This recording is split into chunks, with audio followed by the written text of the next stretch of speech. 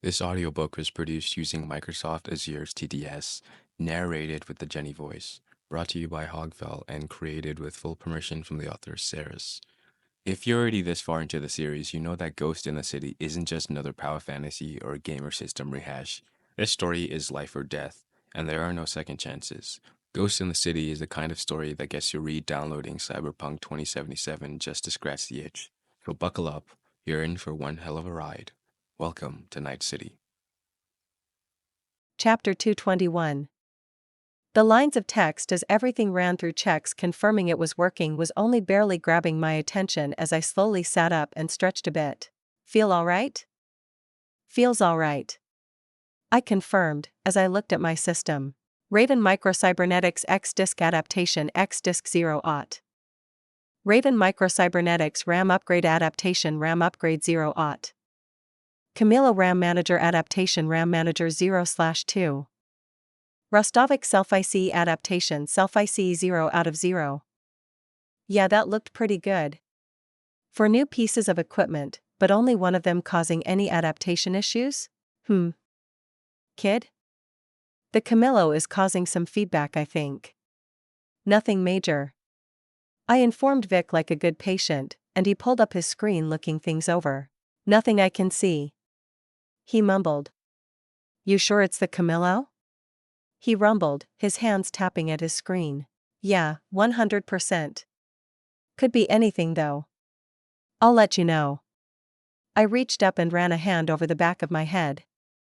The cutoff point between hair and chrome felt a little tender, but Vic hadn't passed me a max stock just yet either since Hiromi was still here. Something's wrong with it? Hiromi in fact cut in looking concerned and I shook my head. Probably just a compatibility issue. Or it could be something about space. We did just stuff a lot of junk into my head. Yeah, good thing you had so much space in there to work with. Vic joked and I huffed at him while Hiromi broke into giggles. Mind if I grab a few more scans before you run, kid? If you say there's something up, I'd like to peek. Oh. That's a good idea actually. I just realized I might be able to do more than just come to Vic for help. Adaptation solved the connection from cyberware to meat, but what did that actually look like? What did it actually do? Vic had gotten scans of before and after before now, but I'd never told him about adaptation. Not directly. Hiromi, can you go grab me a drink? Got a weird taste in my mouth. I asked her as I sort of wobbled trying to show that I wasn't ready to move around yet. Yes. I'll get it. Hiromi raced off, thankfully while Vic had looked confused at first he relaxed once he realized I was looking to speak to him privately. Kid? You know about my healing. I told him in a whisper, and he looked towards the door where Hiromi raced out and leaned in. Yeah? I get. Alerts I guess you can say when Chrome isn't quite right. It heals so to speak over time. His face scrunched up a bit as he thought, his free hand up rubbing at his 5 o'clock shadow as he considered what I had just said. I've noticed you get used to Chrome quick. He trailed off at the look on my face. It's more than just getting used to it.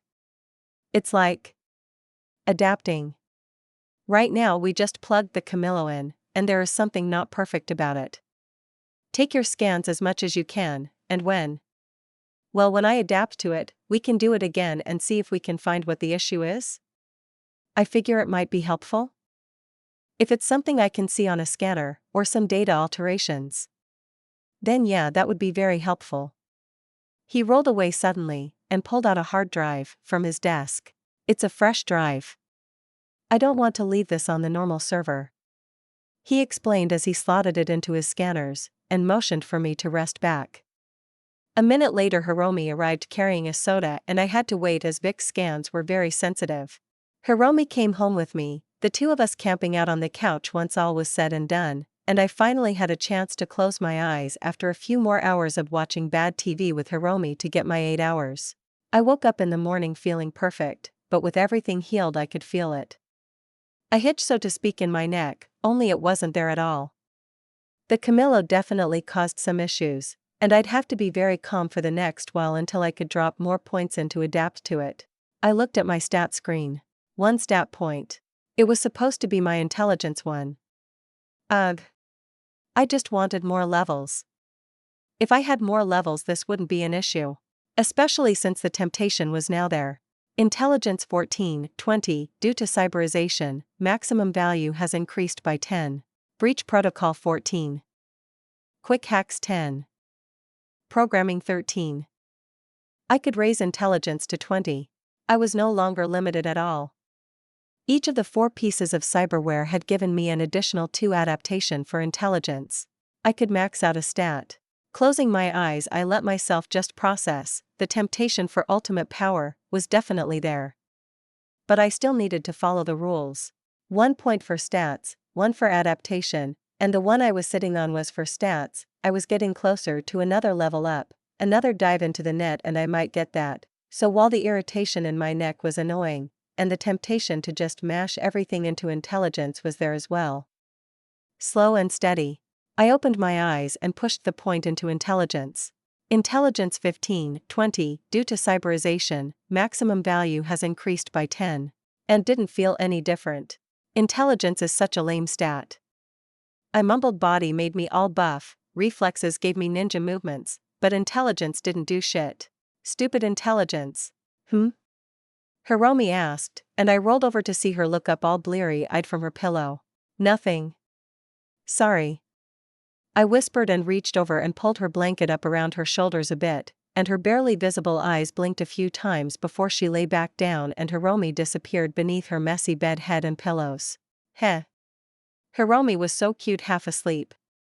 I slipped out of bed without disturbing her again and stretched as I checked out the window. Sunlight warmed my skin as it slipped through the metal guard slats. If I knew Hiromi, she'd be asleep for another hour or so I should grab some breakfast or something. I slipped into my clothes and out the room without making a sound. My ninja skill too strong. Won't even wake up my bestie as she sleeps in. Laughing silently to myself at using my assassination and infiltration skill for such a silly reason, I slipped out of the apartment and into the elevator. While there, I looked once more at my screen. I exhaled. I'd be meeting Sasha sometime soon, so I really needed to level up my skills, and I really didn't want to overdo it, so I needed to start. Quick Hacks 11. The loss of the skill point was well worth it, as I bridged over the gap from man to cyborg.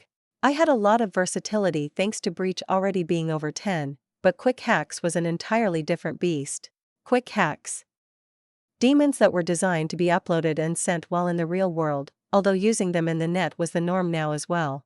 But at their base, it was about using a program. Scanning, configuring, uploading, activating.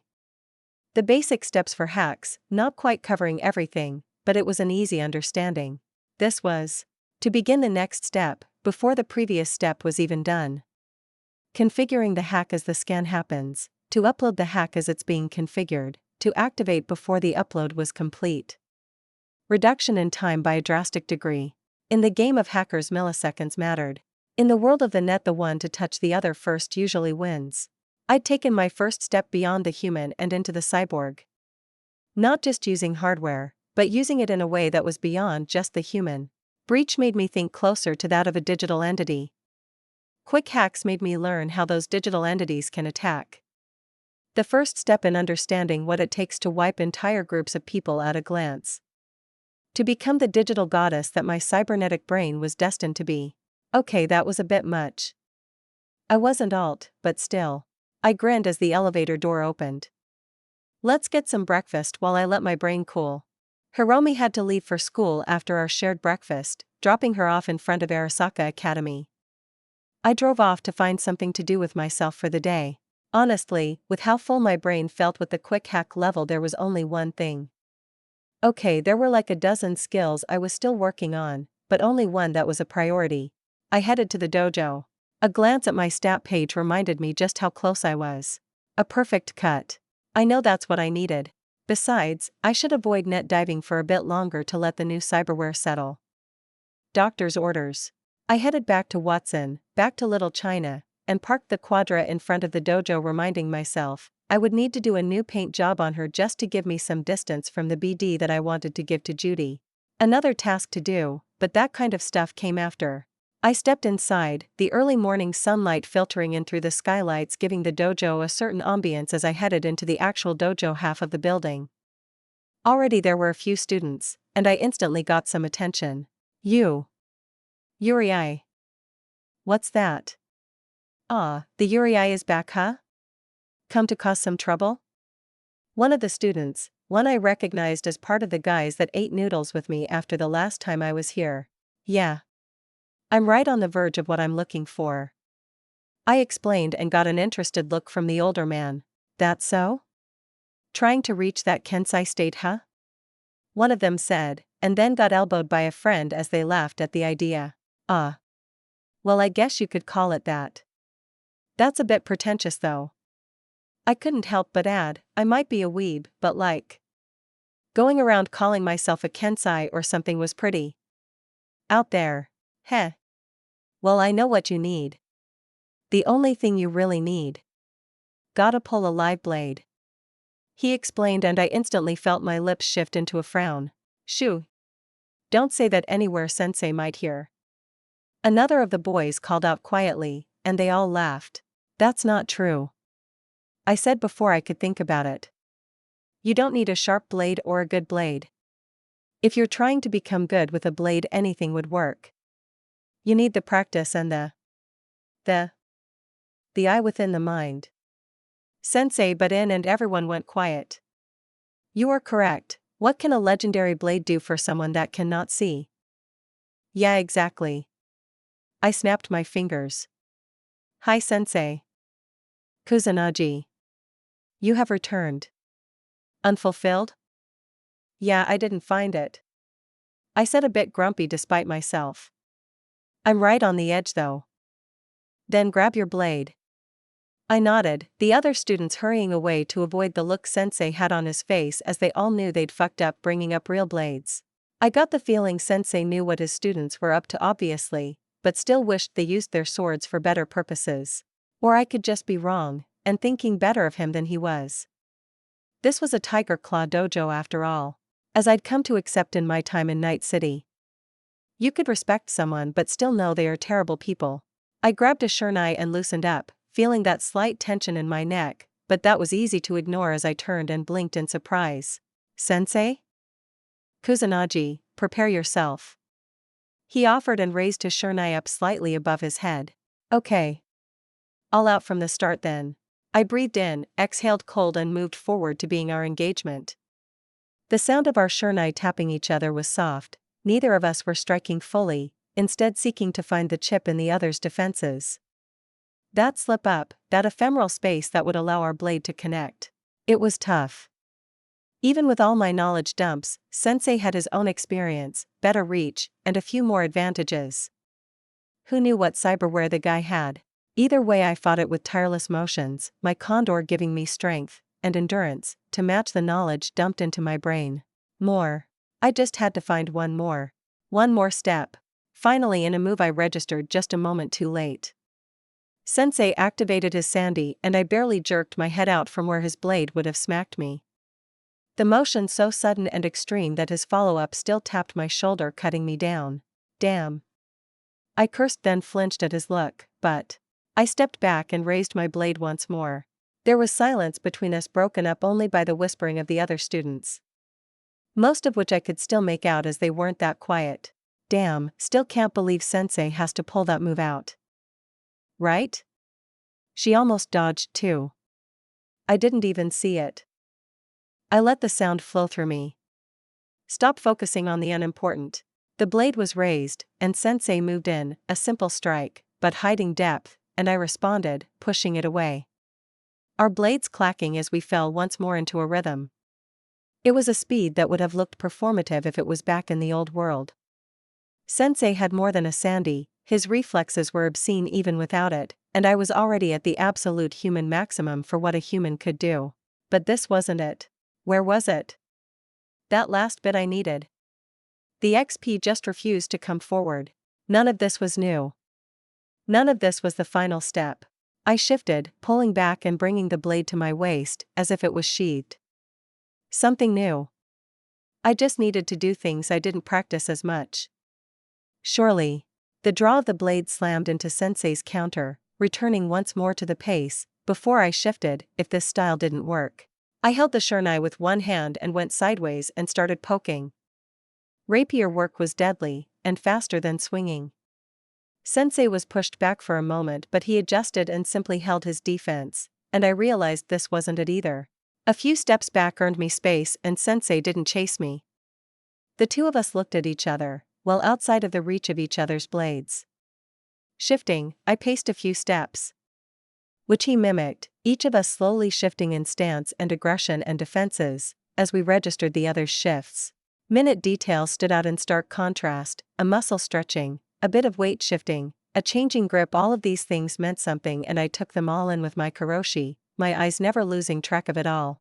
I registered it this time, the slight shift of his ankle, the movement preparing, and then he blurred, but my Sandy was activated in turn, and instead of another desperate block our blades clacked and hammered at each other as Sensei shifted from his single kill stroke to a dozen blurred moves. The man was actually more deadly with his Sandy activated. As if he was more used to fighting with it on than without. A terrifying concept. I fought him off, my parry skill and reflexes stretched to the limits. Parry was the actions of normal swordsmen, human bodies, and human limitations. Activating the Sandavistan pushed us beyond that into a realm I was not truly experienced with. I understood the difference between cyborg and man. Despite my upgrade, Sensei was definitely beyond me still. His synergy made it so even if I was on the edge of human experience with a blade, his ability outstripped mine. But, the shifting blades, the staccato sound of our shurnai snapping and snarling for dominance. There was a flicker. An XP alert. I'd never fought someone like this. Hayato was good and had her speedwear, but she wasn't this good, or this fast. What's his name? Flash guy. He'd been fast and skilled but not as fast, not as skilled. But Sensei going all out pushed me, showed me things, forced me to push forward. I pushed myself back, earning a half-second's distance. And let my Sandavistan cycle. And watched. Speed, blurring blade arcing for me, a flash of color not even able to register to my karoshi as an actual full picture. I raised my shurnai, and the noise of a block echoed out. Then another as I shifted, keeping my blade close, minuscule movements to block the extremely fast blurring blade. I failed, a strike landed on my shoulder, but another was blocked and pushed away only to be struck on the other shoulder. Neither Sensei or I stopped. Understanding flashed as our blades hit. He was going to push until I succeeded or failed, but he didn't understand. I was a gamer. There was no chance of failure. Then it happened. I pushed a strike away, feeling the next strike in the way the blade had pulled away and raised my shurnai blocking the strike to the top of my head, and my blade blurred out sliding along that blocked blade as I flashed. Sensei pulled away suddenly going still, his Sandy obviously cycling as well, and he looked and checked at his hand. Where my shurnai had smacked him, a red mark already visible on his skin. 100 blades XP gained. Blades skill level up. 1 perk point gained. I exhaled cold just to keep myself from swaying. My mind already filled from quick hacks was flooded. Blade 10. I understood. My blade fell from a guarded stance to my side, as I instantly selected the perk I'd always planned for. There were others I noticed as I scrolled down, new ones, maybe even better ones for pure swords work, but I wasn't concerned so much about fighting a swordsman better than me. I was more concerned with fighting someone that wasn't a swordsman at all. The perk was selected. Bullet parry, with a blade in hand, parry bullets. I see. I understood why you needed to be blades 10 in order to achieve this.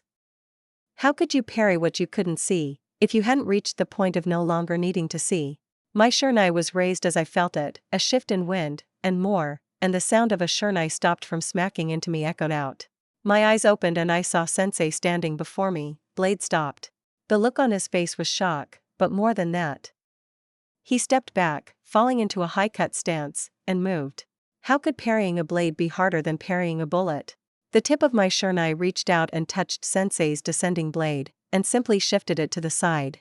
He adjusted and swung out, but there was nothing to strike. I took a step back before I'd even finished deflecting his first swing, and his second hit nothing. There was a silent moment. He held his blade like he was going to try again, but instead he shifted it and brought his hands together and bowed. I returned the move, and then I guess the spar was over. Phew. I said, finally breaking my silence, wiping my sweat-covered forehead a bit. That was pretty intense. The man was silent for a while, instead his eyes were locked onto me, like he was trying to figure out a puzzle. Motoko Kusanagi. Ah, yes? There is someone I believe you must meet. He asked, and to my surprise the expected order at the end of his sentence. I looked around at the quiet staring students that were trying to figure out what just happened, and so I just shrugged. I still had some time, and to be fair I had just completed one of my biggest grinds. So I was in a great mood. Sure. Chapter 222. To my surprise, Sensei offered me a ride in his little Mahir Supron. The van was not exactly the sort of vehicle I would expect from a man with so many tiger claw connections, but it was kinda fitting. In the back there was a ton of junk from the dojo, extra shurnai, and stuff.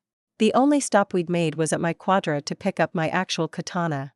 I had a feeling something odd was happening, but well, numbers gone up made everything pretty happy in Motoko brain right now. Blade 10. It wasn't so much a huge jump in knowledge this time. There were no further sword stances, or ways to swing a blade, it was more instinct. Swinging a blade was a way to kill, being able to sense such a thing was. I wasn't sure if it was key, magic, or just some strange instincts, but I was willing to bet more towards instincts.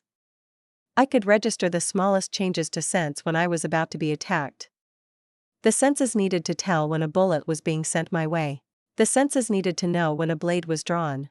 Sensei was quiet as we drove out of Watson, and then up into the hills above Westbrook. North Oak was something I knew about well enough. I'd often end up driving up here when Hiromi and I were just driving around. And then we stopped in front of a landmark I knew well. The shrine? Yes. Sensei responded back with a monosyllable. Fine, be that way. I huffed as I stepped out and followed the man into the shrine. The monks noticed us, of course, but not even the fact I was carrying a blade made them approach as Sensei simply walked under the torii and then into the main shrine. There was a monk there, an older man, probably about the same age as Sensei, who nodded at our approach and then turned, guiding us even further inside. Weird.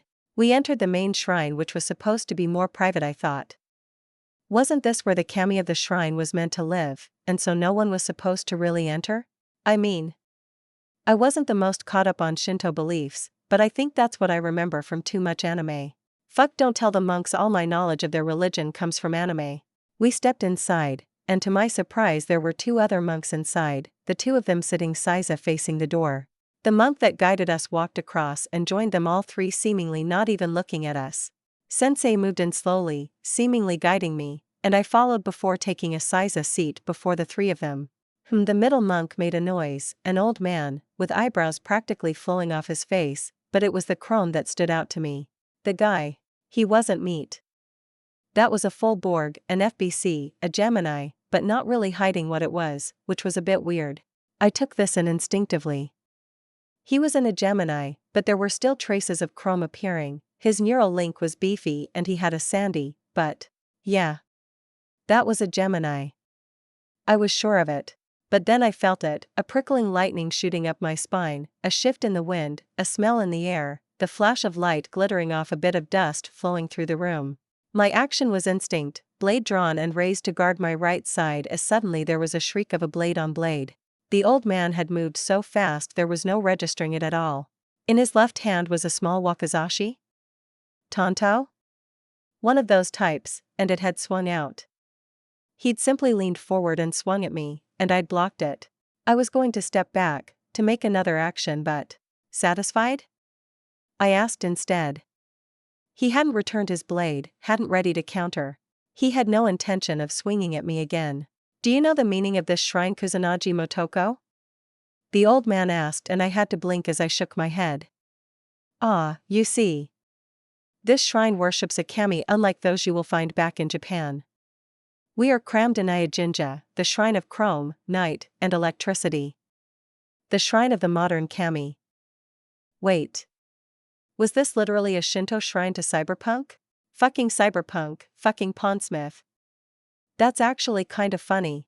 I don't know how that actually worked with actual Shinto, whether it was just something silly that was decided on or not, but I liked it. And you? You have reached enlightenment. One with the blade, in this electronic world. How do you respond to something like that? I just shrugged, even as I resheathed my katana. The old monk chuckled, smiling. You know, and yet are unsure. It is fine. Be proud of your accomplishment. It is something that men strive lifetimes for and still fail to achieve. I scratched at my cheek a little.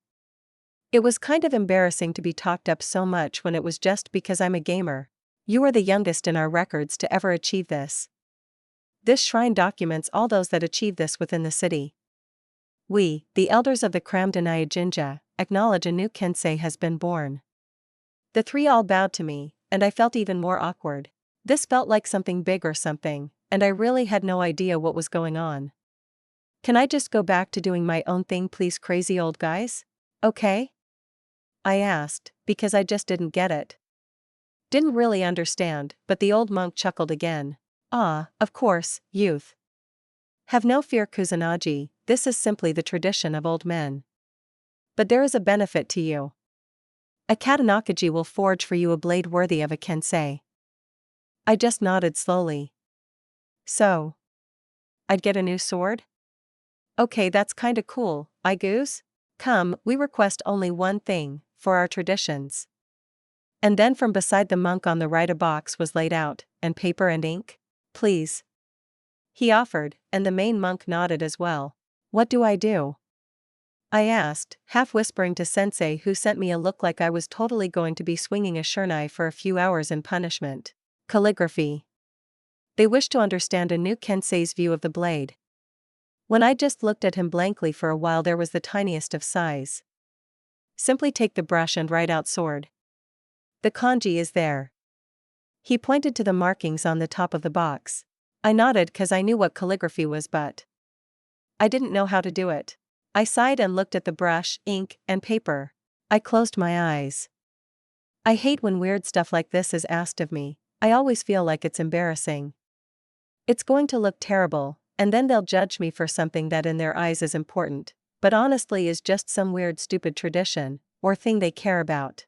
I hate when people judge me for stuff like this. So what if I didn't know how to write well? Or my calligraphy was bad? I've never done this, and it's not important in my life. Fuck it. They want it? I'll give it to them. I breathed. In. Out. Cold blood crushed every inch of thought and feeling. I even stopped my heart for all that it was possible. I reached out, took the brush and swiped twice. Less using a brush and more cutting the stupid paper with a sword. There. I breathed once more, and my heart beat, and warmth returned to my soul. Okay. If that's everything? I kinda want to leave now. I decided and rose up before anyone could say anything. No way, I wanted to look at some old men's faces as they critiqued my kanji. As if I even knew how to fucking write in Japanese. I only knew English, and worse English. No one stopped me as I headed out of the interior shrine, and then through the next building and out into the main paths. The sun was warm, there were people around, and that weird oppressive feeling of something happening around me I didn't properly understand washed away. Whatever. This wasn't important, I still had a bunch of stuff to do today, and I really wanted to go find Malcolm or something. I bet he'd shoot at me, if I asked him. I totally wanted to see what deflecting a bullet was like. Thankfully, before I got too antsy and just called my ride, Sensei stepped out from the shrine and motioned towards his car. Great. Glad that's over. Old monk. Teenagers. He remarked, amused, as the girl fled. And yet, the eyes of them all were on the paper. The brush had done more than just mark the paper with ink. He raised the paper up and grinned as the light leaked through the black ink. A kensei so sharp she cut even meaning. A brush that cut through paper. Yes. It was always good to see a new wonder enter the world. Make the calls. His fellow elders nodded and bowed, not to him, but to the calligraphy. Enlightenment came in many ways, and from many things. Grumpy teenagers were usually not among them, but such was life. Sensei drove me back to the dojo without saying much, but as we stepped out he finally caught my attention. Kusanagi. Sensei? Do not foolishly believe yourself invincible because of your skill. Your death would be a tragedy. I blinked at his words and couldn't help but feel my lips twitching a little. That was actually kind of sweet in a way. Thank you, Sensei. I don't intend to die until I'm super old. There's too much I still want to see and do. Good. He bowed and I returned it. Then he simply shifted and walked into the dojo. What a weird situation. I had achieved my goal. Blades 10, and yet it felt different from any other 10 I've gained. Then again, this was the first combat skill that was physical. Quick hacks wasn't something someone could just see, and ninjutsu was on its definition about being unseen. Those old monks. I wonder how they'd have reacted if they saw me sneaking around. I shook off the thought and looked around. Nothing felt different, the city streets still felt and looked the same, but I couldn't deny that something about me felt different. Kensei. I wasn't sure I really bought into the mystical stuff, but there had been bits of it in the games. That one tiger cyber psycho that was all about ki and stuff. I guess he'd still be alive. Too bad I didn't remember what his name was, or I'd give a warning to Fujimura. I looked down at the sword in my hand. It was my thermal blade. My favorite. Sheathed as it was, its dangerous glow was hidden, but I looked at it, and knew that part of me was different. I held it differently, and yet the same as I ever had. There was a part of me that wanted to draw it, and go find someone. Anyone that would let me find out how different I was, but that was stupid. I'd already dealt with a big scavden literally yesterday. Well, there were still my chums cause I really wanted to test out bullet parry. Cause that shit was super cool. I shook it all off. I had so much left to do. Hiromi would want to sell some of the scav gear we collected yesterday this afternoon, and I still needed to go see Judy. So I just slipped the sheath through my belt and relaxed. I could use something to eat, and then I'd go see Judy. I'd see my chums later this afternoon, and I'd bug Malcolm, or Rebecca if she showed up to shoot me then. Lizzie's bar was quiet, considering it was still mid-afternoon. That wasn't too much of a surprise. Unfortunately, there was no Rita. She probably worked more than night shift to help when things got rough, but I was waved inside without any issues and headed through and down. Judy, you here? I called out, despite being told she was. Who's that? Motoko? Judy called back as I poked over the entrance to her workspace. Sup, Judy? I greeted, and she blinked a bit sleepily at me. She must be burning the midnight oil despite it being past noon. Huh. I didn't expect to see you again. What? Why? I asked as I slipped in and took a seat across from her, idly spinning around a bit. It's been a while. I figured your little BD adventure was over. Nope. Just hadn't done anything that I could really sell. Corpo stuff is a bit sketchy to put out, or gang politics. I had a big thing with 6th Street. I explained and she perked up as I said that. No shit? Yep. They were out to flatline me, until I got proof there was some sketchy shit in the gang, ended up talking to their leader and giving him proof. Not exactly something I'd want to spread around, you know? Whoa. I don't know, that sounds kinda preem. You sure you don't want to spread it around? Oh yeah, I'm sure. But I got a neuver too if you're still willing. Sorry it's been so long. She gave me a look for a while trying to act stern, but she cracked with a smile. It's fine. Nox is happy, and I guess if that's what you've been up to I get it. What's this one? Not some cyber psycho shit again. Right? I had to sort of trail off, cause the Onryo was not exactly. Not cyber psycho shit. Okay, hold up. It's not that bad. I made a new quick hack and used it on some scavs that stole my car. They stole your car? Yeah. I think I'll call this BD, Don't Steal My Car. What do you think? That's certainly a title. You didn't like, she trailed off making grippy motions with her hands. Oh no, I stabbed some gonks quietly, but nothing like the only thing they fear is you. Judy really didn't look like she believed me, but she slipped the shard I'd given her into her system. Alright, I guess. Let's do it. Preem. I cheered cause I was kinda excited. It had been a while since I'd made a new BD. Just as Judy was about to get to work though, she hesitated and looked at her screen. I walked over and peered at the monitor and instantly noticed she was working on another BD. About 90% done too. Ugh. Sorry Motoko, I need to finish this one first. Susie wants this one done pronto. Big client. Oh no worries chum. I'm not in a rush. Whenever it's convenient. I waved at her and she relaxed. Preem. Alright, let me get back to work. But if you want to do me a favor? Sure chum. There's a shop down the street half a block that sells a new drink. Susie won't let me go buy it myself, but if you bring me a shock volt, I'll appreciate it. I looked at her, and the strew of energy drink cans, and other stuff across her workspace and felt a little bad. Okay, but just one. Maybe you should sleep? You look tired. Maybe when I finish this one. She waved me off and I raced away, bringing back her very high caffeinated energy drink, and then fled before anyone suspected I'd brought it to her. Judy was happy though, so I guess I was happy. Sorry I'm late. I called out, as I pulled out of my quadra to see my chums already waiting for me. It's cool chum. Malcolm waved me off and I grinned. Rebecca, Hiromi, Ichi, and Malcolm had all beat me to the meetup because I'd gotten a bit distracted. I'd had to send Sasha a message apologizing, and needing another day before we did another training day. Everything that happened yesterday had sort of thrown my schedule off. Have we got a sale yet? Yup. Hiromi preened, tilting her chin up a bit as she sat on the back of Ichi's van. The crates of loot we'd secured behind her. Luckily this is a safe deal. Fujimura-sama was interested in some of what we found, so we're just waiting on him. I figured he'd be a safe offer even if you weren't here. I nodded as I walked over. We were at one of the secure lots that we'd taken to renting to hold goods, so that was a safe bed. Looking around. Hey Malcolm, want to see something cool?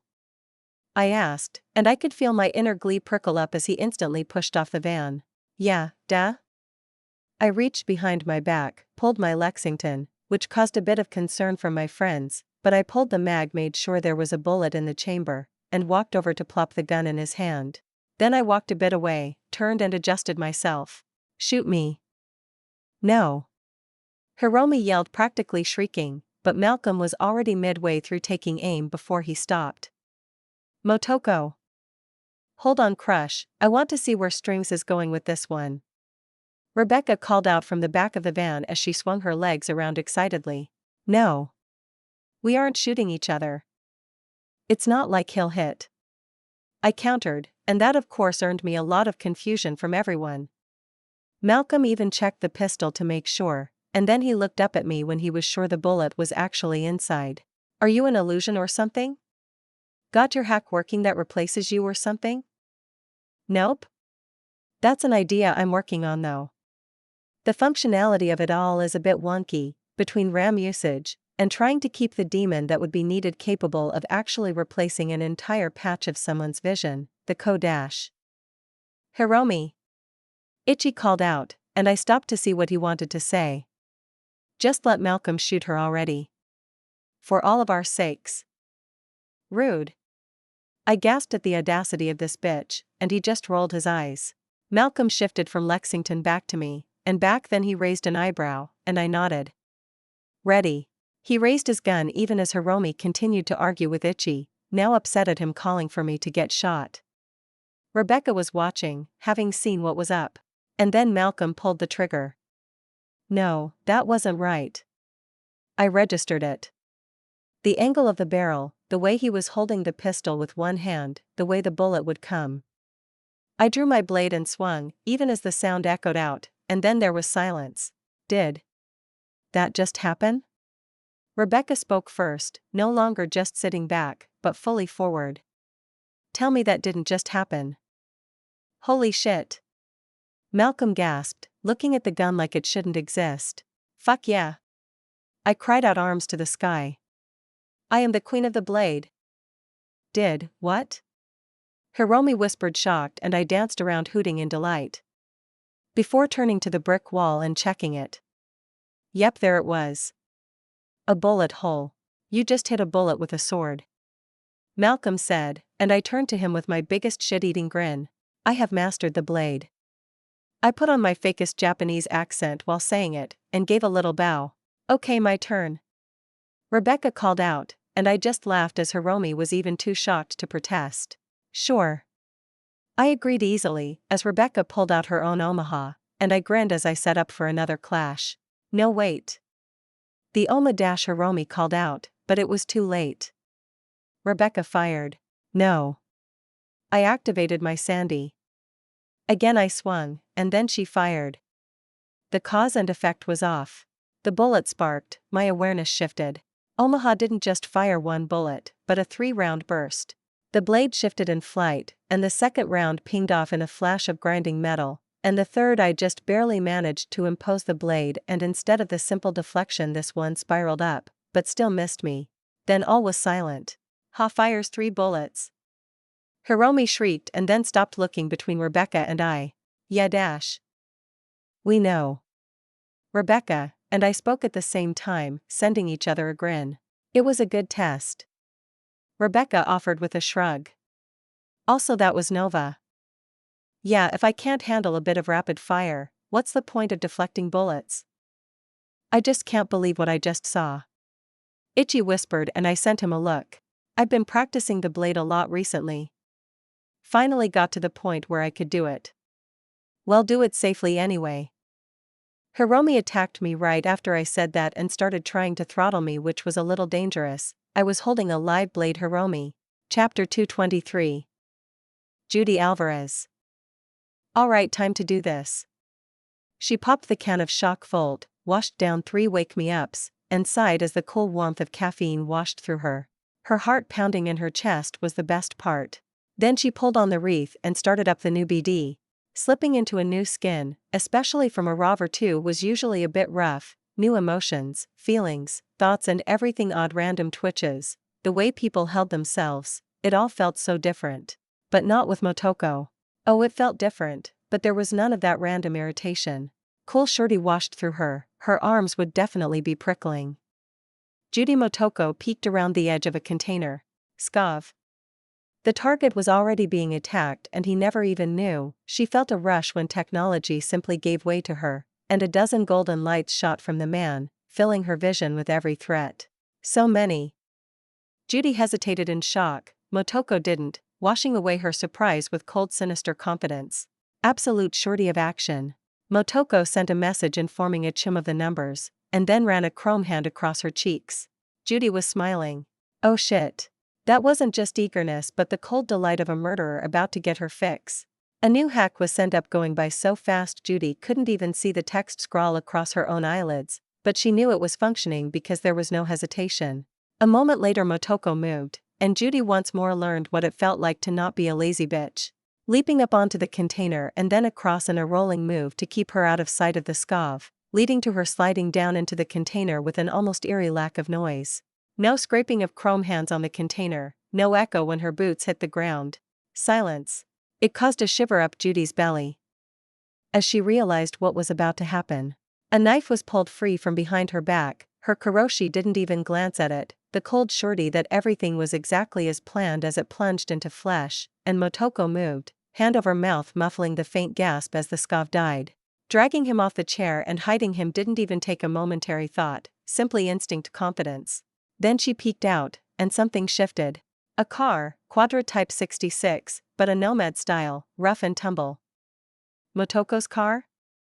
That's right, she had said someone. Motoko moved, like some kind of beast, down a fall that Judy would have refused to do without even slowing, without making a noise, as she slipped into a crouch, hiding herself behind the small walkway barrier and moving just as fast as Judy could, standing upright. I said 6K, that's all I'll do. It's a fucking modded to fuck Quadra. She's worth more than that. She's also clept. 6K. The scavs were talking to a gonk. Street rat, the sort that clept cars and sold them to any dealer that could get them. Judy knew the type. Motoko apparently killed the type. There was no hesitation. Motoko moved to follow the kid, and Judy felt a rage, but it wasn't hot or bubbling, simply cold arithmetic. The kid stole something important. Motoko would take something in return. The kid died after a very short chase. Another sliced throat. Fuck. Judy pulled off the wreath and slumped back. She was breathing heavily and coated in sweat. She rose and nearly face-planted. Fucking. Fuck Motoko. Fuck that little teenager that makes Judy's entire body feel like something disgusting and rotting. The virtue was intense, and already Judy knew that she'd not even touched a tenth of it. She wrapped her arms around herself and just let the shakes dissipate, even though it annoyed her how her normal flesh and blood hands felt so wrong after the surety of Motoko's chrome arms. Jude? Aeeee. She shrieked at the sudden words and felt herself move. Or try to. She'd felt the instinct to move like Motoko, to shift herself and ready to attack, but she wasn't Motoko, just Judy. Ow. You alright? I'm fine, Carmen. Just fine. She grumbled as she pulled herself from the floor. The wreath on the floor made Judy stop and pick it up and put it back on the chair. She'd get back to that later. Seriously though, that's crazy. Malcolm said as I once more deflected a bullet. I'll be honest, I was hoping I'd be a bit better at it. I had a definite limit to the amount of bullets I could parry even with the Sandy. You seem pretty fucking good at it already, chum. Malcolm offered, but I shrugged. Could deflecting a bullet save my life? Definitely. But could someone with a rifle or an SMG still riddle me with bullets? Yeah, that was a problem too. Also, I had some worries about certain kinds of weapons. I was fairly confident I could do it for most tech weapons, but what if they were overcharged? What if it was a sniper? As awesome as it was, and it was. Deflecting a bullet with a sword was the most weeb shit of all time, and I loved it, but there was still a worry about how useful it was. At least that's what was running through my head, before I remembered that having the ability to block a couple bullets, even if not everything, was already better than 99% of people. Sure, there were edge runners that could do it, but not many, and not many would have the confidence that I did. So, it was an additional layer of protection in some circumstances. It was awesome, and more importantly, I nodded and Rebecca cackled as she pulled the trigger, and once more a shriek and burst of sparks later the bullet hit the wall behind me. Fuck yeah! Rebecca cried out along with the gasps of delight from everyone else. It was a great party trick. I flourished my blade before doing a quick check over it, but it was fine. I'd angled the blade correctly to deflect the bullets and not just let them destroy the edge. Then I sheathed my sword. Okay, I think that's enough for now. Dude. You have to make a BD of that. Malcolm called out, waving at me, and I grinned. That'd be cool. I agreed and walked over to plop down on the van. Fujimura's men had come and gone, and cleared out a good chunk of our stock. We'd grabbed a lot of random stuff from the scavs, medical beds, and surgery equipment, and Fujimura had been interested. Unfortunately, there hadn't been a lot of completed chrome crates. They must have already transported most of their goods. It didn't matter. I was just happy to make some eddies. Everyone was happy and I had gotten to show off my cool new trick. So what's the plan? I asked, and Hiromi just continued to kick her legs happily. She'd relaxed after I'd proven I wasn't crazy for having my chum shoot at me. Well, that's most of it. There isn't too much left. We can put it in storage and piecemeal it out, so we don't have to push for big sales right now. Hiromi explained, looking behind us into Ichi's truck. Honestly, I wish we could have grabbed everything. There was a lot of useful bits in that skyscraper, but Bargast had been very interested in us even after we had the guys come and check us out. We'd had Bargast trucks pull into the skyscraper the moment we drove out. It was rather telling that they acted pretty aggressive. I think they only let us leave because we only had so much stuff we could take. If Ichi had brought the behemoth, we might not have been allowed to leave. Stupid Bargast. Stupid scavs. Alice has been mentioning she wanted to set up another practice session. She's eager to set up a gig. Ugh. Right. Alice, and the band. I huffed and kicked my legs. Stupid responsibilities. I just wanted to do what I wanted, whenever I wanted. Malcolm tapped his fist into my shoulder. Come on, chum, don't pout. I'm just busy. I have the Netrunner thing with Sasha too. Oh yeah, how's the chrome? It's alright. I confirmed, running a hand over the back of my neck and smiling at the feeling. The weird hitch in my neck was annoying, but honestly, I was fine. No issues really. I'm probably ready to give it a real test. Heh. That'll be interesting to see. You need me? He asked and I nodded. If you have the time? Sure chum. Ah. Hiromi whined. I have class. Ah, is crushed disappointed she won dash. Don't start with me Rebecca. Hiromi hissed, and Rebecca just cackled. I smiled just happy my chums were getting along. How about we all get out of here, and sort out the loot so we can grab a meal? If it's on you. I'm in. Rebecca offered with a teasing smile. Knox? There was something freeing about knowing without any doubt that the men trying to kill you were incapable of it. The ghost. The Onryo was untouchable, and the havoc it was causing was insane. Knox had never seen anything like it. And yet, there was a cold confidence that nothing these scavs did would be able to stop her. He'd only seen the Onryo a few times, always out of the corner of his eye as he rushed through the shadows hunting another stupid Skavgonk. And each time he'd wanted to still and watch. She looked so real. The ghost of Motoko, white hair and red eyes, clinging to Skva's backs, and scratching along their face, or covering their eyes, whispering in their ear or worse. His attention was dragged along with Motoko, who never lost sight of her goal. She delighted in the scav's terror, and that sweet feeling flooded through his mind, but he never let it stop him from doing what he needed. She heard it. The elevator, and her head jerked, already registering it all. Then she moved, sliding and dashing around this construction yard unseen before leaping up and into a vent above the entrance the scavs had been coming from, and then slipping forward. His belly on the cool metal was stark against the sheer silence of his movement. Her movement.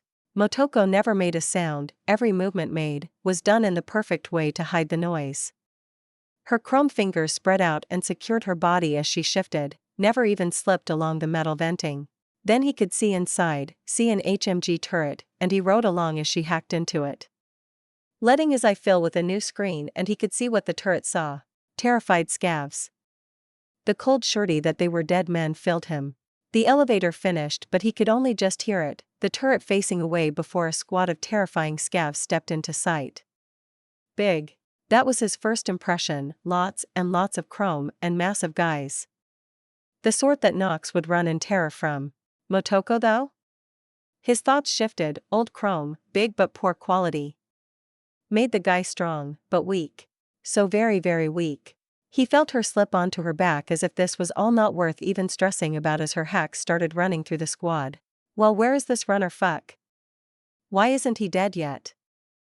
It's like a ghost Dimitri. Nothing we do works. A fucking ghost. Fuck off. Well. Runner come out so I can murder you already. Knox heard the cry, but Motoko just felt a sinister elation. Oh, she was coming all right.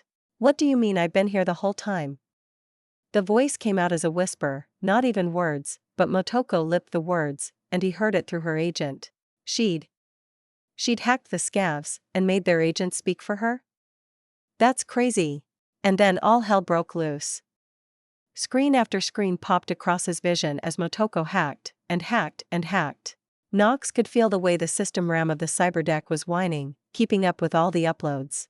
Knox rode along, shocked at what happened next. At the stream of data, that was slowed down just enough, probably thanks to Judy, that he could register that Motoko was actively messing with the big scav's biomon. Adrenaline spike? And the freakout that followed was intense. He ripped his own people apart, seeing through Motoko's eyes as she lay back and watched it all happen from a vent. Then her eyes blinked, and Knox watched as an image of her, as a ghost, a Onryo, a monster, lured the literal cyber psycho away from his group he'd just massacred and then up into the elevator. It was terrible, a horrible thing to do, and yet, fuck them. Fucking scavs. Cathartic, that was the word Knox was thinking as Motoko's emotions bubbled up in his chest, the delight of what had just happened. She slipped out of the large vent and then stood up tall, looking over the massacre. 24 at least dead bodies lay around, each of them killed by Motoko in stark relief, or from that cyber psycho, and then Motoko drew his attention, everything else seemed to dim as she brought up her hands. A rectangle was built with her fingers and she looked right at her car, which was a bit blurred out, but Nox recognized it, and then the whisper of his own lips reached his ear. "Don't steal my car." And a sinister promise flowed through him. She'd kill him. Him and him alone if he ever stole her car. He knew, with absolute surety, that if he was ever stupid enough to try, she'd hunt him down. He wanted to swallow, but Motoko's body gave him no relief. Instead, she shifted her eyes, looking up into the skyscraper, and the golden lights that still showed leading up there. Her ears caught gunfire, and then one of the lights, the cyber psycho, went out. Deadly intent filled him, and Nox relaxed into his body. That feeling racing through her, the way her body shifted, the surety of intent, was intoxicating. He rode along as she sauntered down the path and up to the elevator and stepped inside. His hand slipped down and ran across the hilt of a katana. The feeling was so different from his own flesh and blood hand, but not discomfort reached him. It wasn't the first time he'd scrolled someone with a cyber limb. But this was different. She shifted, her body altering the way she stood minutely as she prepared for what was to come. The perfect cut. And Nox felt his breath catch as she realized this BD wasn't even over. "Holy shit. You're up early." I couldn't help but admit as Alice walked into my apartment. "Haven't been running off to work late gigs?" she offered, and then sort of hesitated. "I wouldn't mind a few more jobs." "Has the kid talked to you about doing a gig?" "Yeah, she mentioned that you wanted to do that." "Do you think we're ready?" "We've only really played together a few times," I asked, as I led her back to the couch where I had been camping out this morning. I'd already put in another skill point into Quick Hacks, and was now up to Quick Hack 12. The flush of new knowledge had left me tinkering with my slotted program order and cyberdeck management system. Lower tier hacks were better if I put them on the side main RAM, while bigger hacks should be run through side systems, as they would regenerate better than the main cyberdeck as the RAM usage would cycle. If I pulled everything from my X disk, then I'd be pulling from the main cyberdeck and whatever other system I drew resources from. Basically everything ran through the cyberdeck, but not all of my other hardware would be used up at the same rate. I blinked it all away as Alice took a seat, and she laughed a bit at my question. "We've already done a live gig together, and multiple practice sessions.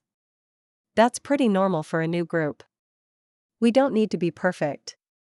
"Well, I guess I should say, it's not unusual to not have everything perfect at the start. But we have new songs." "That's not everything, playing them well is the most important." "Then let's do some more practice sessions." "We can do it. But we do need eddies. We're not all rolling in cash. Jared has rent." "Okay. Right. You're right." I pushed my normal mentality to the side. I had a band, and they had needs, and if I let my own feelings control this, I would never end up back on stage again. No, we had some work to do. "All right, let's do another practice session, and set up a gig in the next few days." "Perfect." Alice cheered, and her voice modulated a bit as she cried out in delight, making it sort of statusy. "Mind if I ask?" Your voice, the chrome and stuff?" "Oh, that." She muttered, looking away. "I can't. I'm not really a singer naturally, so I got the chrome to try and cover for it. It worked okay. Kept violent hemorrhage going." I didn't argue. She was wrong, but that was. Covering a weakness with chrome was pretty much a Night City thing. "Fine. We'd figure something out later if we needed additional singers." I sighed. So much for my evening. I had a meeting planned with Sasha first, and then rocker boy stuff. Why was I so busy? Chapter 224. Kawaii Kitten Ko Dash. "Sasha, stop it." I interrupted her flatly with a glare. "Seriously?" "Ah." She hesitated a bit and slumped, pouting at me. "Fine. Motoko." "Thank you." I offered back, feeling a little better already. "You ready?" I asked her, and she grinned at me. "Yes." Another trip into the no/brainer server. She called out and pointed at the server in question. We both walked in, and as much as I wanted to instantly start crushing demons, that wasn't my job this time. I started breaching the server, even as Sasha and I rushed along, the both of us breaking through the first rooms very fast. Sasha's tendency to use massive overwhelming hacks finally made some sense.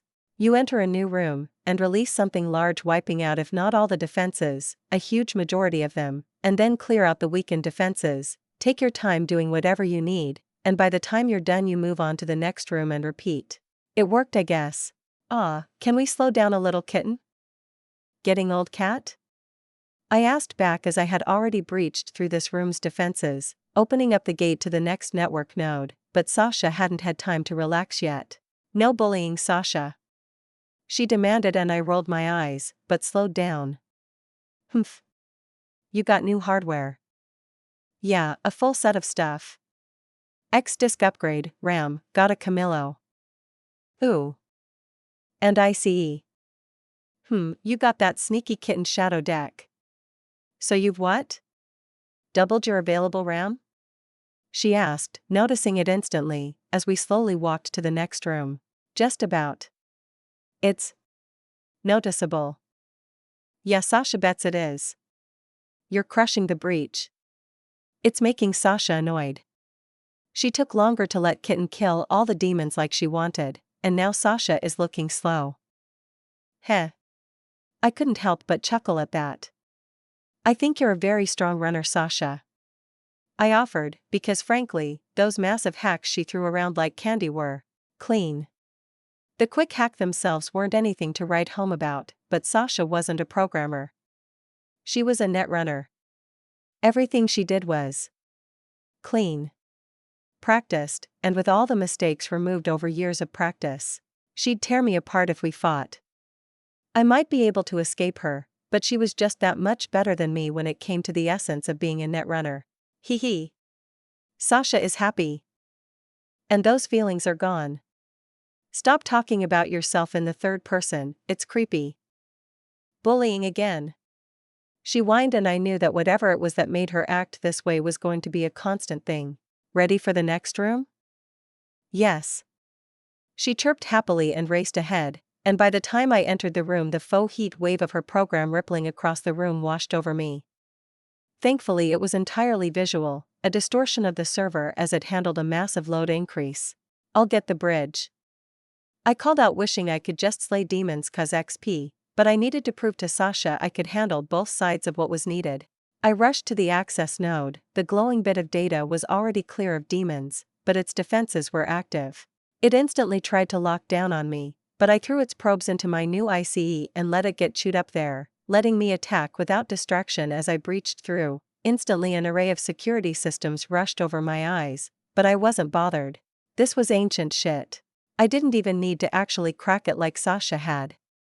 This was a 20-year-old defense program minimum, and likely older than that. I could have simply inputted a security key from the manufacturer, and altered the IFF of the server defenses. But that would be cheating, and wouldn't show off what I could for Sasha. This was a test to see how well we could work together, and how well we each could handle the job. I was the apprentice here. Even if I refused to let Sasha think of me like that. She totally already did. But still. So I was proving my place. Also, I could beat Kiwi in a silly game just because.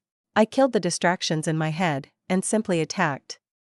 The security gate whined as I pinned its grasping defenses one by one before reaching the core, and flipping the switch. The moat bridge appeared. Way to go. Sasha cheered, even as she continued to wipe out the slowly returning demons. I pulled away. No sweat, I assured her, and we both raced across. I did manage to get a few demon kills on the way. Kitten isn't done? Sasha asked, after we left the server, having run through it without any issue. I'm going to run it solo, get some practice. You sure? Sasha can come with? I was going to deny her, but if you aren't doing anything you're welcome to follow along, I offered, and she lit up brightly, smile stretching across her face. Yes. That sounds fun. She offered, for once not sounding like she was trying to be cute. Come on then. Let me handle everything unless I totally mess it all up. Hee hee hee. She laughed. Don't take it bad, kitten, but I almost hope you do, just so I can see it. But your senpai believes in you. Thanks. I said flatly and slipped back into the server. I had way more RAM, and better yet, the hardware to keep my cyberdeck from overuse. So when I entered the first room, I went all out. Unlike Sasha, who used massive node clearing hacks, so she didn't have to aim or set up any sort of use process. I did the opposite. Dozens of low RAM hacks instantly loaded up. I felt the strain of it for a second and instantly began adjusting the workload processes. The program would load RAM from each of my pieces of cyberware. Even the Self-IC had enough RAM it could run a double load of heat bullet, which meant instead of overloading my cyberdeck running so many consecutive programs, it was actually only the initial activation, and then aiming that was loaded on my cyberdeck. Then the program list went from a dozen to 2, and exploded out of me, racing across the server like fireballs, each of them smashing 2 or 3 into demons that had been already heading towards me.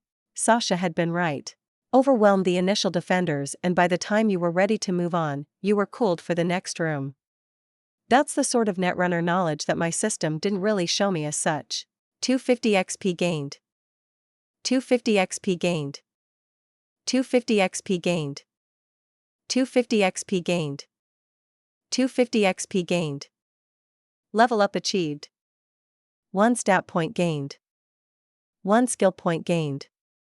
250 XP gained. 250 XP gained. I grinned as the information flowed through me. Yeah. That's the stuff. Sorry, Sasha. I won't need your help this time. Okay, so you got it?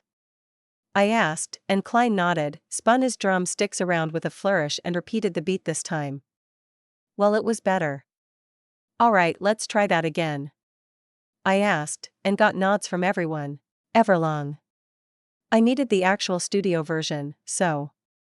As part of practice and to reveal the full version for our next gig, we were doing it. Hello. I'm waiting here for you. I sang, my hands dancing over the strings. Klein kept the fast snare run going. Jared and Alice both kept their guitars going. The beat sounded good, a little flat at parts, but that was what practice was for. I promise I'll stop when I say when. I crooned, letting the song trail off as Klein finished up the last of the song on the drums. I turned and everyone was looking a little tired. That was a lot better. I confirmed, it felt weird being in charge. Especially since everyone was older than me, but I was treating it like a gig. Well, like a combat gig. Mess-ups were tolerated in training, but needed to be fixed, so I was being more proactive than usual. I was actually calling out issues, and working to fix it, which did feel uncomfortable, but it had to be done. Thoughts? Feelings?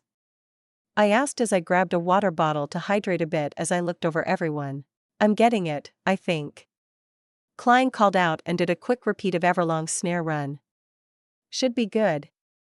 Glad to hear it. It's a bit old school. No real flair to it. Alice finally said. I know you said it's done, but maybe a bit of a sound machine, add a bit more vibe to it? She asked, and while my first instinct was to tell her hell no, how dare she try to ruin Everlong, I swallowed it, and instead moved to her. We can try a few things. I mean, I have the acoustic version as well, so a different sound isn't bad.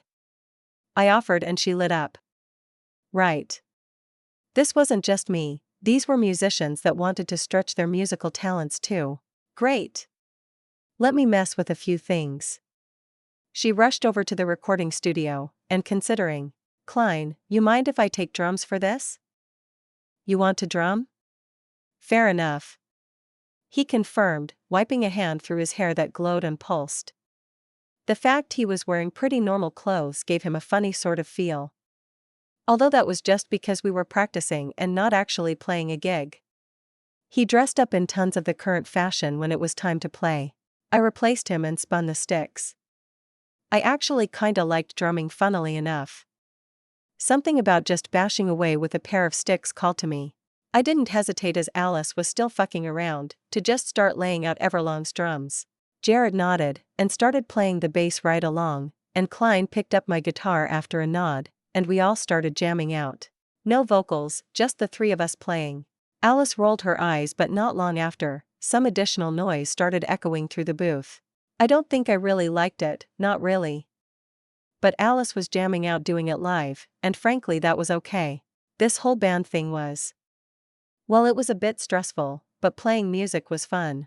We did that for a good 20 minutes, just playing the song over and over as Alice fucked with an electronic backtrack, but eventually everyone stopped, and I finished off the song alongside them. Need a longer break? An actual one would be good. Jared called out laughing as he rubbed his shoulders. No problem, chum, take a break. I called out waving the sticks, and Klein followed him out. They'd probably hit the bar and come back playing not quite as good as they had before. Drunk musicians weren't my favorite, but that was just how it was. Alice, though, was obviously still playing with her backtrack for everlong, and instead I just sat at the drums. My sticks started tapping, just nonsense, no real song, but my brain found a rhythm, and I let it start playing out. I tapped at the cymbals before the song came to me. I could hear it. The shriek of an electronic guitar, and the iconic vocals of Mike Shinoda and Chester, which I of course sang along with. I am, a little bit of loneliness, a little bit of disregard.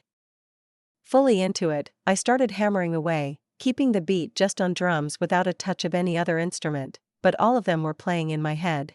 I'll be here, 'cause you're all that I've got. And the transition led to it all out. I can't feel the way I did before. Don't turn your back on me. I won't be ignored. Chester's iconic scream ripped out of me, even as I hammered the drums, smashing everything out. Linkin Park had been my jam, and I now had the actual ability to play it. Repressed teenage emotions, doubly so since I was a teenager, again raced through me. I won't be ignored. I spun the sticks as I slammed the final notes and sat back, letting myself go a bit limp as I stared up at the ceiling before closing my eyes. Linkin Park fucked hard. Okay, seriously? Another song? I blinked, opening my eyes and looking to see Alice had walked back into the booth. What the hell was that? Faint. That's the name of the song. I offered, in a weak explanation, but she was just looking at me like I was some monster. Let me guess, you got the guitar and bass track planned out too. And the electronic track. I offered because I wasn't really in the mood to be. Are you complaining I have more songs I want to play? I asked a little aggressively, considering the circumstances. I was literally paying her for this after all. No. I'm just like. Frustrated. It's fucking annoying, okay?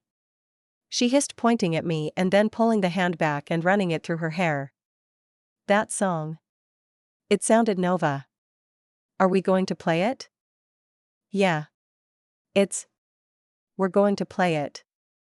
Maybe not at our next gig. Why not?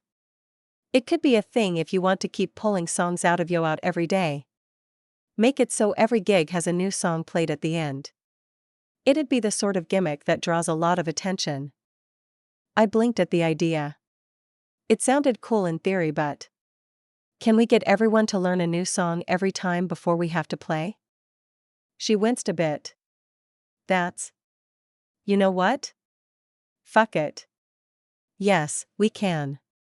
We'll fucking do it if we have to. She said. Obviously Alice found her spine and wasn't quite glaring at me, but I got the feeling she was feeling slighted. I'd insulted her in a way, not directly I think, but because I was pulling out songs and she had probably struggled. Yeah, I felt bad. She was a shit singer, but still a musician. Still someone who wanted to live making music. Okay then. That's the plan from now on. I agreed and she blinked. Really? Alice. I have no fucking idea how to run a band, what the band is capable of, or what's the wrong or right way to handle this. I've been trying to be more exacting tonight, to get everyone to where they should be, but I don't know if I fucked up, or insulted someone or what. I just want to play music, and your band was the first to really make me deal with other people. I wiped my head. I was sweating pretty heavily and stepped off the drums, setting everything down and then facing her. So yeah. If that's what you think, then let's try it. I could see her brain was processing, pieces of something were slotting into place, but whatever she had figured out or decided she didn't share with me. Alright.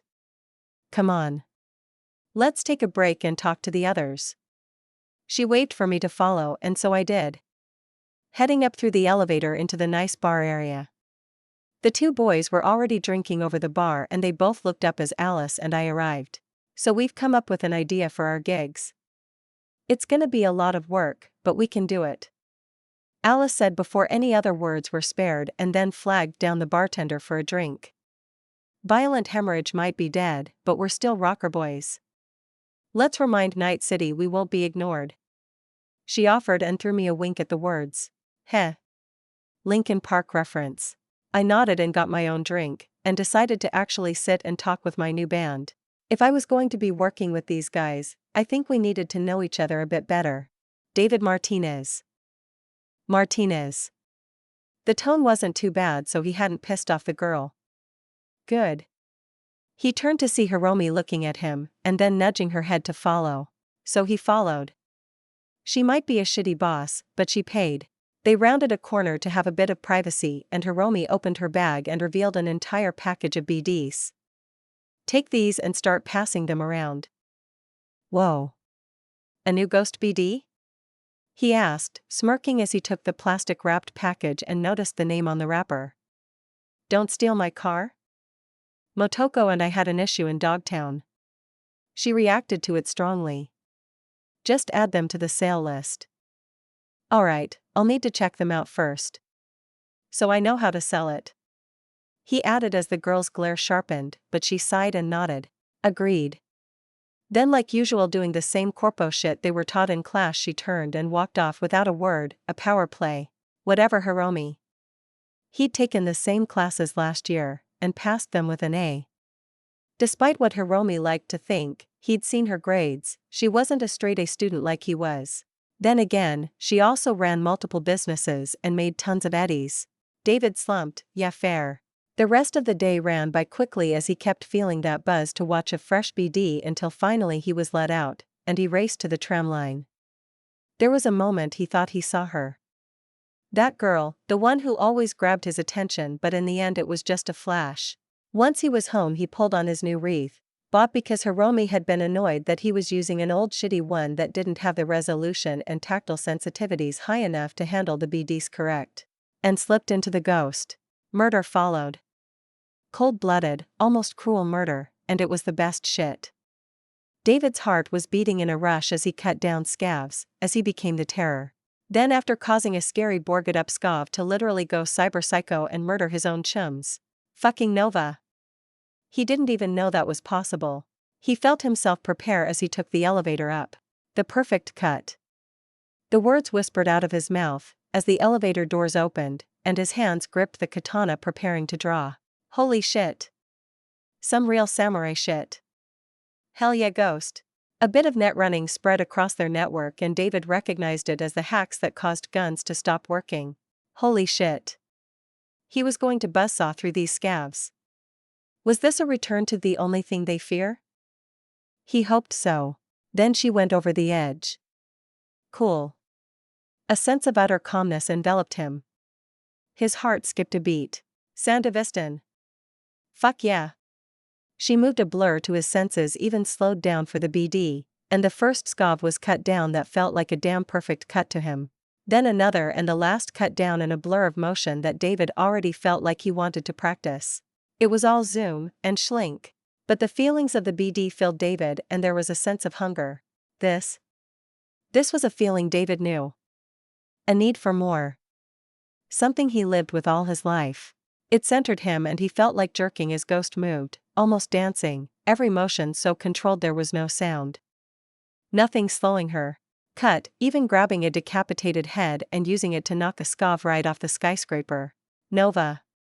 So fucking Nova. Then more and more. Scav came out of every hole and they were cut down, no hesitation, no discussion. She was a monster and they were her prey. Then finally they ended up on a bridge, a final scav, their leader? Running away in terror. He wasn't the first, but David was into it. That's right. Run. Flee. That feeling of power of being the terrifying thing to people that normally caused terror? It was a high unlike any other. Going somewhere? The first words spoken during the entire slaughter of the skyscraper, just loud enough the running scav heard it, and turned. Fuck. Bitch. He called out and raised a holy shit. That's like the ghosts. A fucking hand cannon. But there was no fear in the ghost. The gun refused to fire and David felt a sinister delight as his gun was raised. Mine's better. The first round blew the gun into shattering falling pieces, and then, she felt nothing but disgust. There was no sense of joy at the idea of the scav. She didn't bother to cut him down. A second bullet rang out and he splattered across the bridge. David jolted as he came out of the BD. His heart was beating like crazy as he looked around at his room. His ordinary normal room. Fuck. That was so Nova. Hiromi actually knew the ghost. Motoko, just another kid like him, even younger even yet. She could do all that? His hands shook as he ran a hand through his hair. He could do that too, right? Be some crazy edge runner. Kill people and stuff? If she could, why couldn't he? Right? He looked around at his normal room, in his normal apartment, and that hunger that had burned in Motoko burned in him. That need for more. Yet. He flopped back on his bed. I better play it again.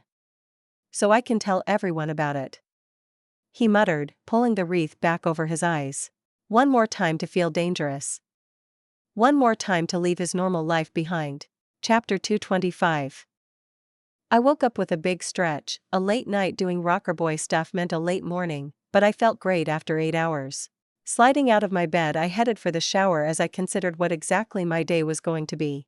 Hiromi and I were going to meet up during her lunch. Before that, I should probably get some things done. I had leveled again, which was just the best. But I needed to spend my points, and it was adaptation time. As much as I really wanted to put it into my Sandy, to get more effect out of it, I was also wanting to help Vic, so the answer was obvious. Camilo RAM Manager Adaptation RAM Manager 1/2. Instantly I felt a bit of a shift in my neck, my range of motion. I could still feel the sort of hitch in the way my neck was moving, but it wasn't real. I blinked, sort of realizing it. It wasn't an actual hitch where something was pulling or keeping me from moving my neck, but something more psychosomatic. Maybe a nerve pinched as I shifted, or something like that. It was still there, but it wasn't as annoying. I stretched under the water and hummed. As much as I wanted to just stuff all my level ups into stats and become super powerful, it really was such an amazing relief to feel normal. After adapting to some of my chrome. Well, with that done, I still had skill points to use. Considering what I would be doing today, one of my 7 stored skill points disappeared, dropping me to 6, as I leveled programming. Programming 14. The flow of knowledge was a lot. Once again, it wasn't direct knowledge, but quirks, tricks, and processes for programming things in a more virtual way. On-the-fly adjustments, and ways to make programs that would better adapt to that sort of use. Yeah, I'd have to do a go-over on all my hacks soon, but I really wanted to try leveling programming to 15, my current max, before doing it, otherwise I'd just be wasting time. So instead of spending the morning programming, I should do something else, maybe level programming again midday and spend the rest of the day working. Ugh. Was Alice going to ask for another practice session too? Maybe I'd have to do some programming while playing. My days sure were busy. I finished my shower and headed out to get some food. I was slurping up some noodles and eating a stick of roast something or other when I could practically feel the hostility on the back of my head. Turning around, I blinked as I had been about to reach for my sword when Hayato? There you are. Motoko. She demanded, all done up in her pretty kimono. The girl stomped towards me, stepping out of an expensive Villefort Alvarado. And she was carrying a katana. Hey Hayato. What's? I refuse. I refuse to accept that you are a Kensei. She babbled very fast, and her face was doing the cute flushed thing she does when she was mad about something. It's sort of a thing. Want some lunch? I offered, and she looked at me, to the vendor who looked like he was about to have a heart attack. I was just on the side of the road at one of the little pop-up food stands, getting some breakfast lunch while figuring out what I wanted to do with my morning. Her cheeks bulged out like a puffer fish for half a second, in a blink and you'd miss it moment, but she calmed herself and appeared as dignified as she tried to convey after a moment. Very well. But after, you must spar with me. I refuse to accept that you've become a Kensei. I fought you. It's a recent thing, I admitted to her as she took her seat, with all the dignity a princess could while sitting at a street vendor. The poor guy was looking halfway to losing his shit, especially since there were a good few tiger claws, in suits all spreading out around her to keep an eye on things. I shrugged, I'd protect Hayato if anything happened. I'll one tonkatsu, she requested, and the chef instantly bowed quickly and got to cooking. Man, that was way more than what he put into mine. Ah well, I wasn't a princess. I refused to accept it. She argued with me the moment after, turning to me and glaring. It wasn't like I asked for it, Hayato. I refuse. Okay. I laughed, unable to hold it back. That's fine, honestly. It was super awkward. I was escorted to the shrine by Sensei, and these old guys dash. The shrine elders. Motoko. Please have respect. She said a bit high-pitched, so I flashed her a smile. Never. But they were. Full Borgs, and skilled. Very skilled. Yes, of course. They are the elders of the Kramdenaya Jinja. Ugh. You met them. And they named you a Kensei. You. What's wrong with me? I mumbled, although it came out more, was ongith ma, since I had stopped to eat some ramen, noodles half sticking out of my mouth. The look Hayato gave me was kinda hurtful, and then she looked up and down, and back up. Wuda. Eat your food. She demanded at me, and I huffed, slurping up my noodles. Rude. You are not the type I would ever think could achieve the art. You. I refused to believe it. Last time I checked, I didn't need your permission, princess. Princess. Now who is being rude? She demanded hotly, and I grinned. Still you. Growling, she growled, before glancing up and realizing she had the chef right there, and instantly shifted back to polite princess mode. After this I will test your so-called skill. Heh. Anytime. We should do some hand-to-hand as well. I've been trying to get more practice with that. I don't do enough. Humph. She said in response, but it only took a single glance to see how pleased she looked to know she wanted that as well. So what have you been up to? Any more issues with what's-his-face? Wakako is still paying me not to kill him, but I could totally do it. She chuckled a bit at my question and then shook it off. Everything has been very good. Father has been bringing me into more meetings, and involving me. Your assistance was very important. Thank you. Pfft. We're friends, it's not a big deal. I waved her off, and right then a bowl of ramen was passed over and a deep bow was offered. She nodded and snapped her chopsticks and dug in. Gamara. Hadn't been here in a while. This was the gym where I'd first met Hayato, that John had set up so we could have our first spar. Now then. No more waiting. Hayato demanded, grabbing a shurnai that I'm pretty sure wasn't part of the gym's normal equipment. I grabbed the other one, and shrugged, adjusting myself and raising my shurnai in front of me. Before I could even think, Hayato moved, her reactions, as always, much faster than a normal person. Yet she couldn't break through my guard. I could read her like a book, not only because we'd sparred in the past. Despite her incredible reaction times, there was just clack clack clack. Our shurnai slapped into each other over and over, and yet Hayato made no progress. She tried to push me, but instead ended up stalling out and narrowly avoiding my return swipe before trying again. Gore. She growled, which earned a smile, only egging her on more. Then we went at it, a constant assault as we danced around the padded floor, until finally she stopped huffing a little, and glaring. It's not fair. How? I swung my blade 10,000 times and became enlightened. I told her. Then smiled brightly as I laughed. I just sparred a whole lot, and felt like I was on the edge of it. Then I fought Sensei at the dojo all out, and it clicked. That's such. Hayato actually cursed quietly in Japanese. I knew she was cursing, but not exactly what she said.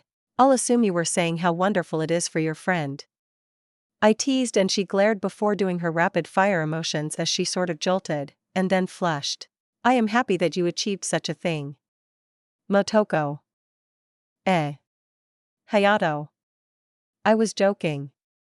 I told her instantly because she actually sounded really sad for a second and even bowed. Don't be like that. We're friends. I'd prefer the angry ranting. I wasn't ranting. She argued back in a blur and I just giggled at her response. Sure, chum. So want to beat my face in a bit? Put these away? I offered, and she perked up with a happy smile at the idea. Yes. That sounds perfect. I grinned, but also felt a little hesitant. Hayato.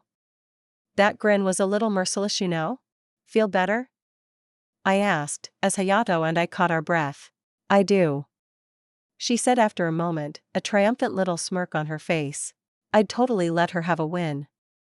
I mean, sure, I hadn't planned on letting her punch me so hard, but it was still totally me letting her win, and not her crazy close-in technique powered by Kerenzikov. Well, I'm glad I could help. I offered a bit flatly, and she just grinned smugly. Thank you for sparring with me. Also, next time tell me if you become a Kensei. Otosama mentioned it offhand like I should know about it already.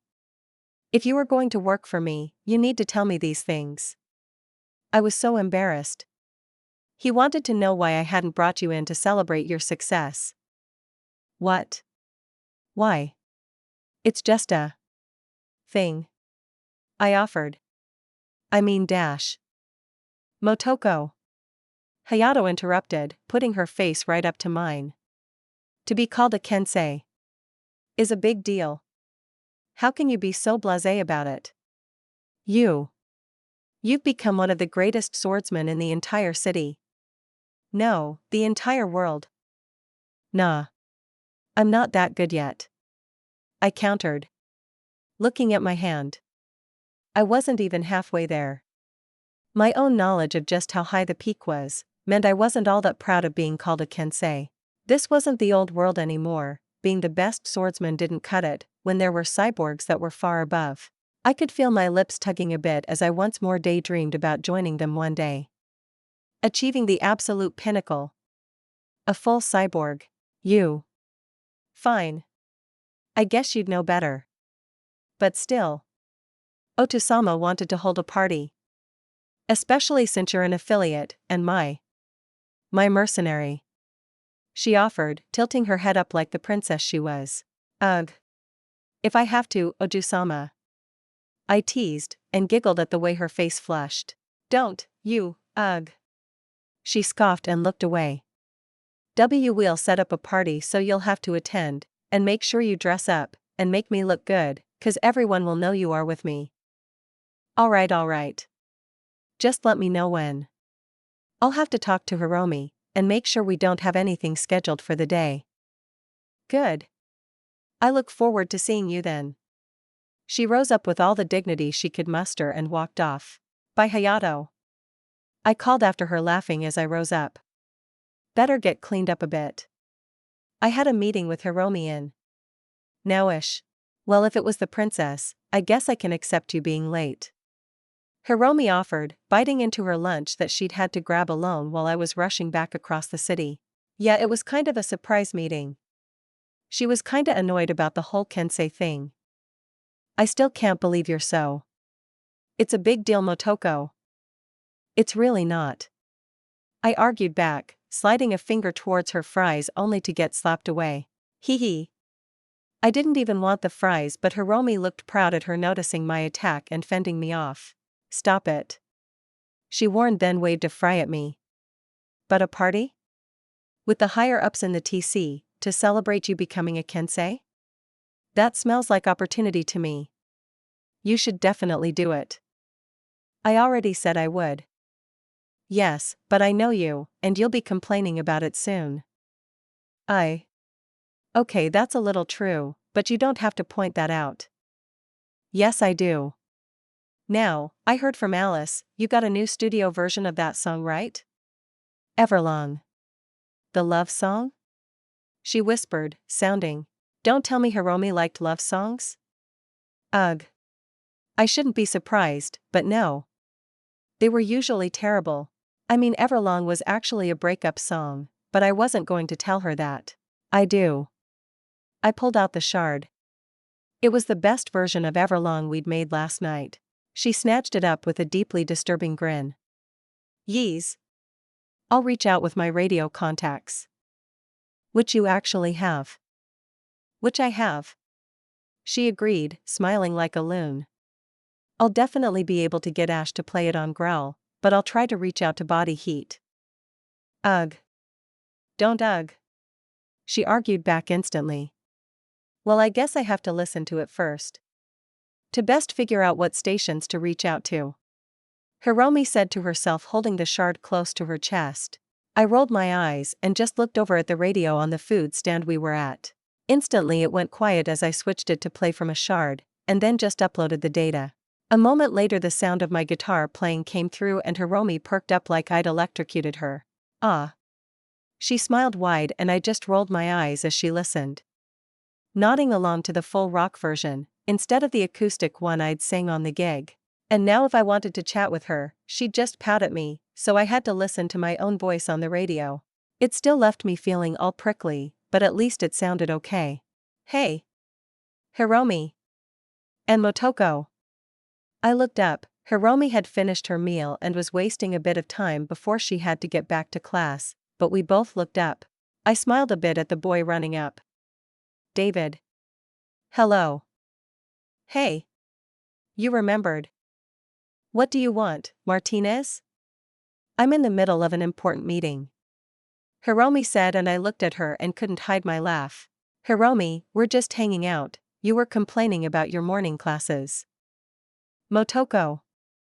Don't tell the help what our important meeting was about. Hiromi hissed at me. David had a look on his face telling me he wasn't buying it Hiromi, but I just shrugged. She was his boss technically.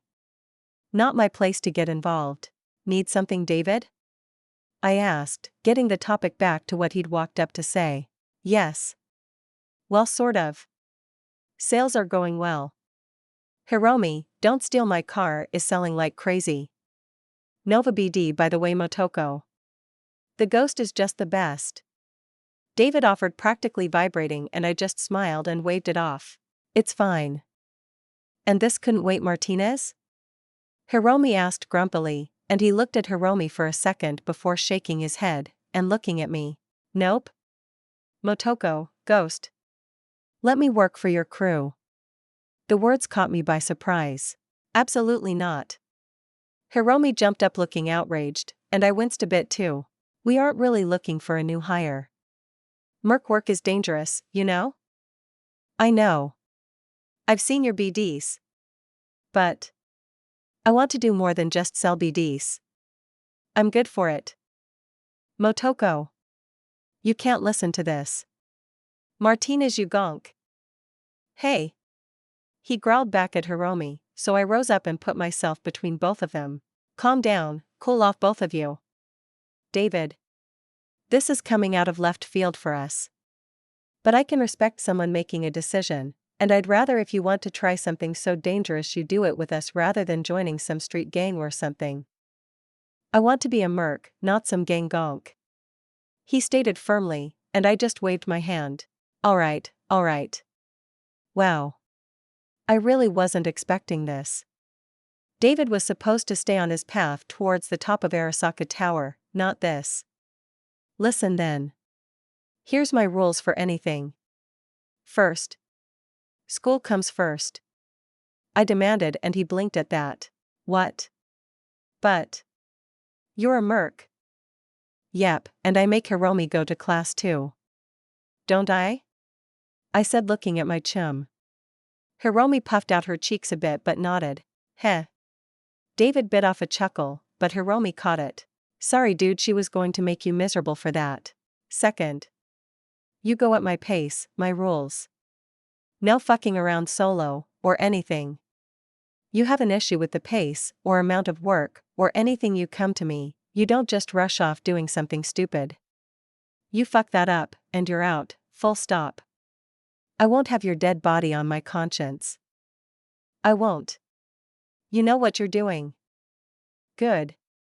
In that case, you have a weapon? His blank face would have told me the truth if I didn't already know. Yep, figured. You do any jogging, any exercise? Another blank look. I trailed off sounding pretty judgmental. I can start? Yes, you can. I agreed, and then because I wasn't going to just leave him to flounder on his own, that wasn't fair, I considered. I was tempted to send him to Sensei, but he lived out in Arroyo. I'll talk to Hiromi about setting up some group exercise time. I've been slacking about getting Ichi and Malcolm training. I mentioned looking at Hiromi, who nodded slowly. Should we join a gym? She asked, and I shrugged. Gym could be useful, but just a place to shoot and run around a bit would work. Maybe not on the Badlands this time. Unless taking care of some Raffin would be considered training? It's not. Hiromi said flatly, but I broke into a smile, because it had been a joke and she knew that. Then, you'll let me join the ghost crew? Section 9. I said back instantly. And we'll let you join our training for a bit, to see what happens. No promises. Not everyone is cut out for merc work. Some don't put in enough effort, and some put in too much, so instead of a strong flame, they burst into an explosion, and then snuff out. He didn't quite seem to process what I said. Great. Now I had to somehow get David. I'm going to go full out without stopping. Martinez to chill. Oh, and no chrome. Huh? If you join, you're going to start making eddies, no chroming up like a gonk.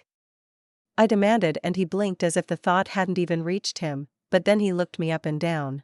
Don't you chrome up? Yeah, but I'm built different. I said, fighting off the smile at using his own stupid words against him. And even then I do it slowly and carefully. That's my rules. I ended firmly.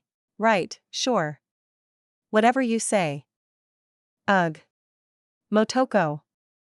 Relax, Hiromi. We'll give him some exercise, and see how he does.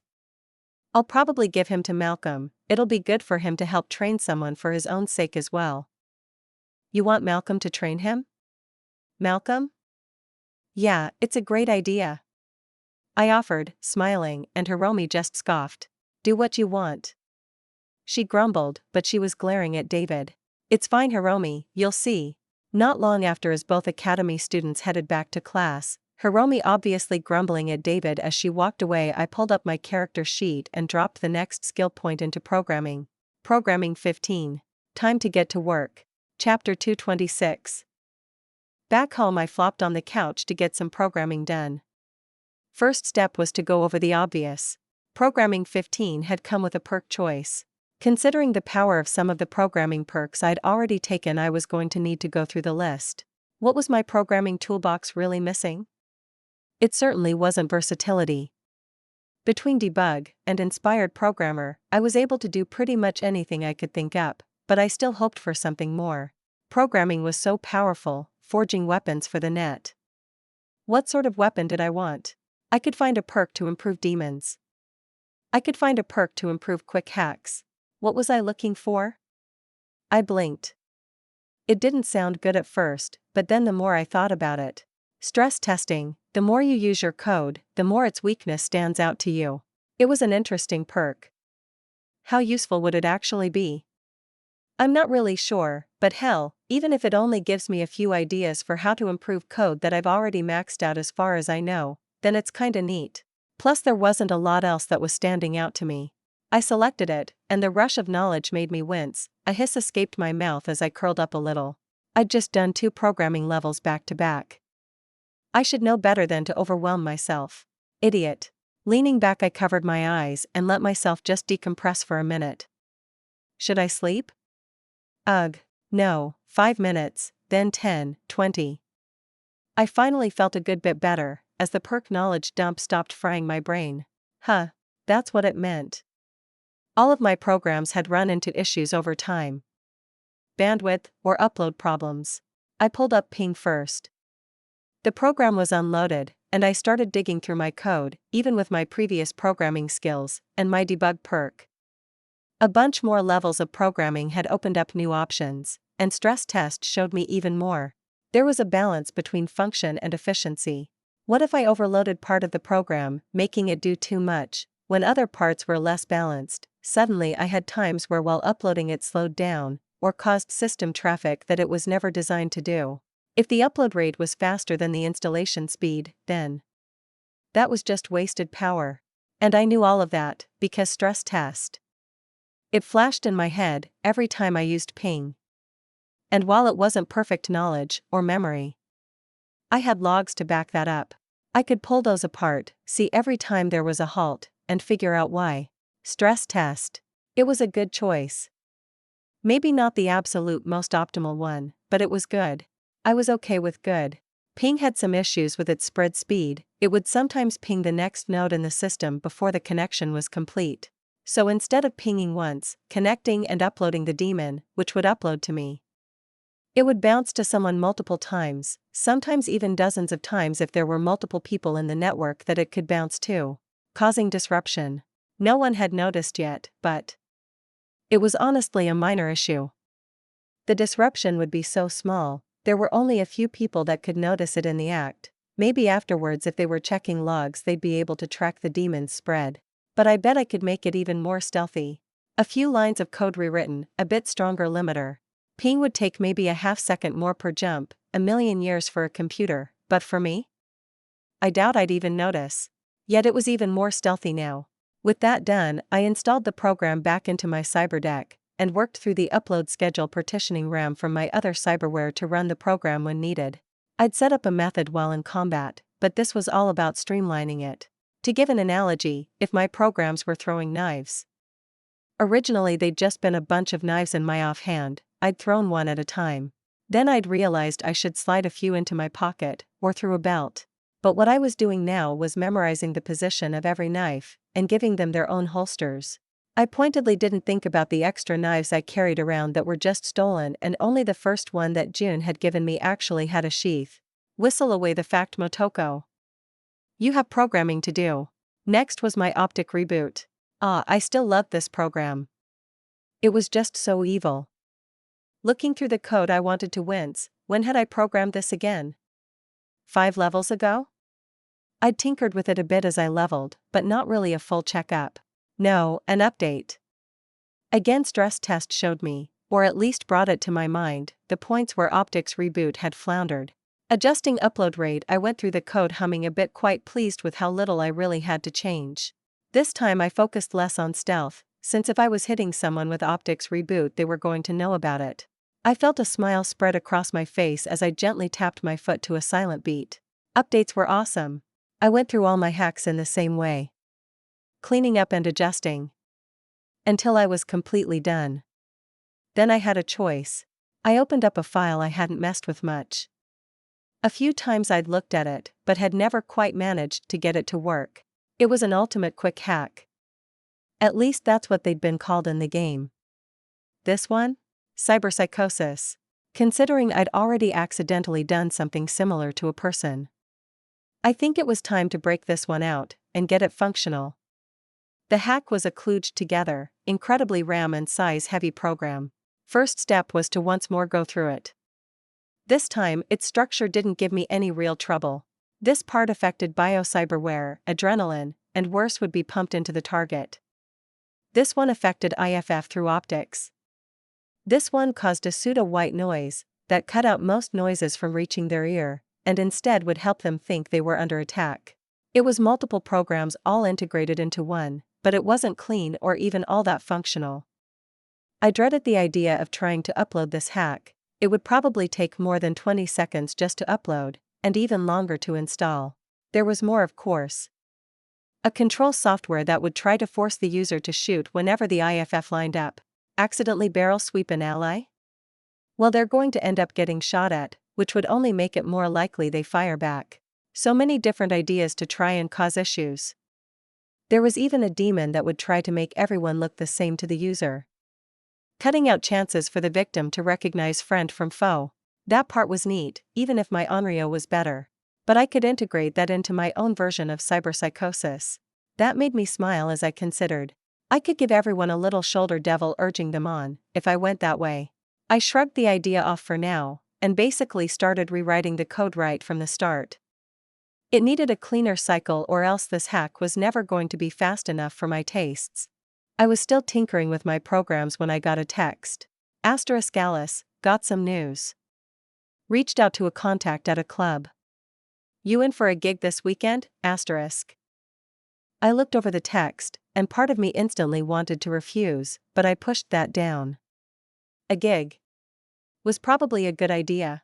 Motoko, contact Hiromi, but sounds fine. Asterisk Alice, preem, already done. Practice sesh this week? I want to rock asterisk. Asterisk Motoko, yeah sounds preem. I have something tomorrow, but otherwise, sounds good asterisk. I sighed and rolled up onto my feet. Cyberpsychosis wasn't going to be needed for my Netrunner contest with Sasha. What I needed was more skills. I moved my head around a bit, and still felt a bit too full to want to grab another skill, so instead I got up. I'd done a good once-over on all my programs, and cleared and settled them into my system. I felt like wiggling in delight at how wonderful having so much more RAM for my netrunning felt. It made me feel like I got up and grabbed my guitar. As much as I'd been playing with Alice and the band, I hadn't really felt like I had any time for some rocking out myself. Adjusting my guitar, I considered what I should play. I'd had a few ideas for things. Some songs I'd been wanting to make had fallen to the back burners because of the amount of time it would take to make them. So, something simple? I didn't need to make something new, just something. I looked up and flicked on the radio, and a moment later smiled, as I played along with the sound of Black Dog. There we go. I didn't need to play something new every time. I could just play. Enjoy the music. I played until June got home late, and I glanced at him as I continued to play along with the radio. Thankful for my chrome hands that didn't get tired. June took his time, throwing his jacket on the jacket table, slipping out of his shoes, and coming to walk over to me. He took a moment to listen as I played along, and he smiled at me, just enjoying it for a few moments, before reaching out and dropping a heavy hand on my head. Go to sleep, Motoko. It's late. I stopped playing and stuck my tongue out at him, but I did put my guitar away and turn off the radio with a glance. You sleep too, June. I will. Yay! I was nearly tackled by an overenthusiastic cat as Sasha leaped at me, even as I fended her off a little. Personal space, Sasha. I will right after I give my cute Kohai-chan a hug. She cheered and I continued to bat away her grabbing hands. Well, isn't this enthusiastic? The voice had a light synthetic lilt, but still mature. I looked around Sasha, who seemed a little irritated that I was still fending off her grasping hands, with my martial arts talents, to see the pair I'd sort of been looking forward to meeting. Kiwi and Lucy. The two of them were sitting on a couch in Maine's little safe house. There had been a moment of confusion as to why they were still using the safe house if it was meant to be a safe house, but a little line from the Solos manual had flashed into my head. A safe house wasn't safe if you'd used it before. After the first time, it was either a burned hole in the ground, or a house. Pick one. Maine probably had a new safe house somewhere in the city, just in case something went hot and they needed to hide, but this was still a nice enough place to have meetings, or live out of for a while. Blackhand would have preferred a cardboard box in an alleyway. But that guy was insane, so I disregarded that advice.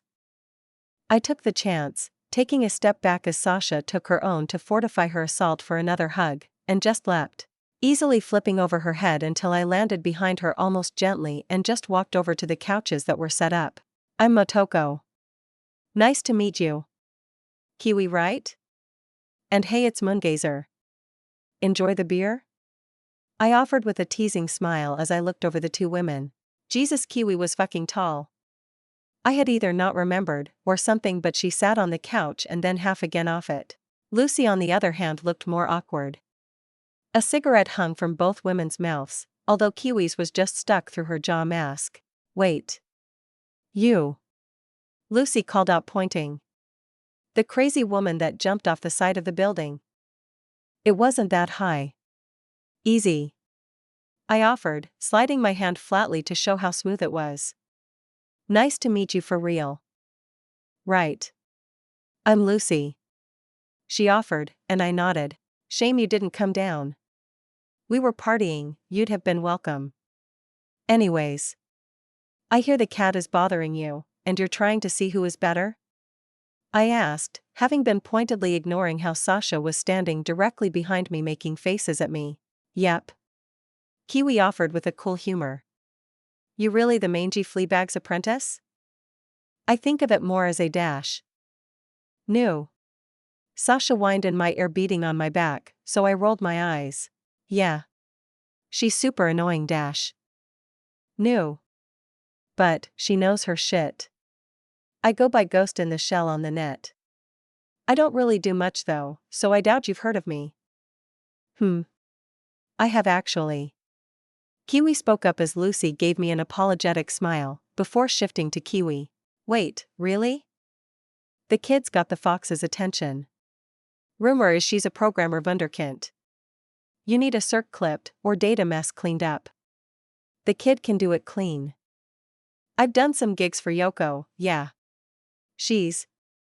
Well, I think I'm cursed since I have Sasha and Yoko both breathing down my neck. I offered with a bit of a stilted smile.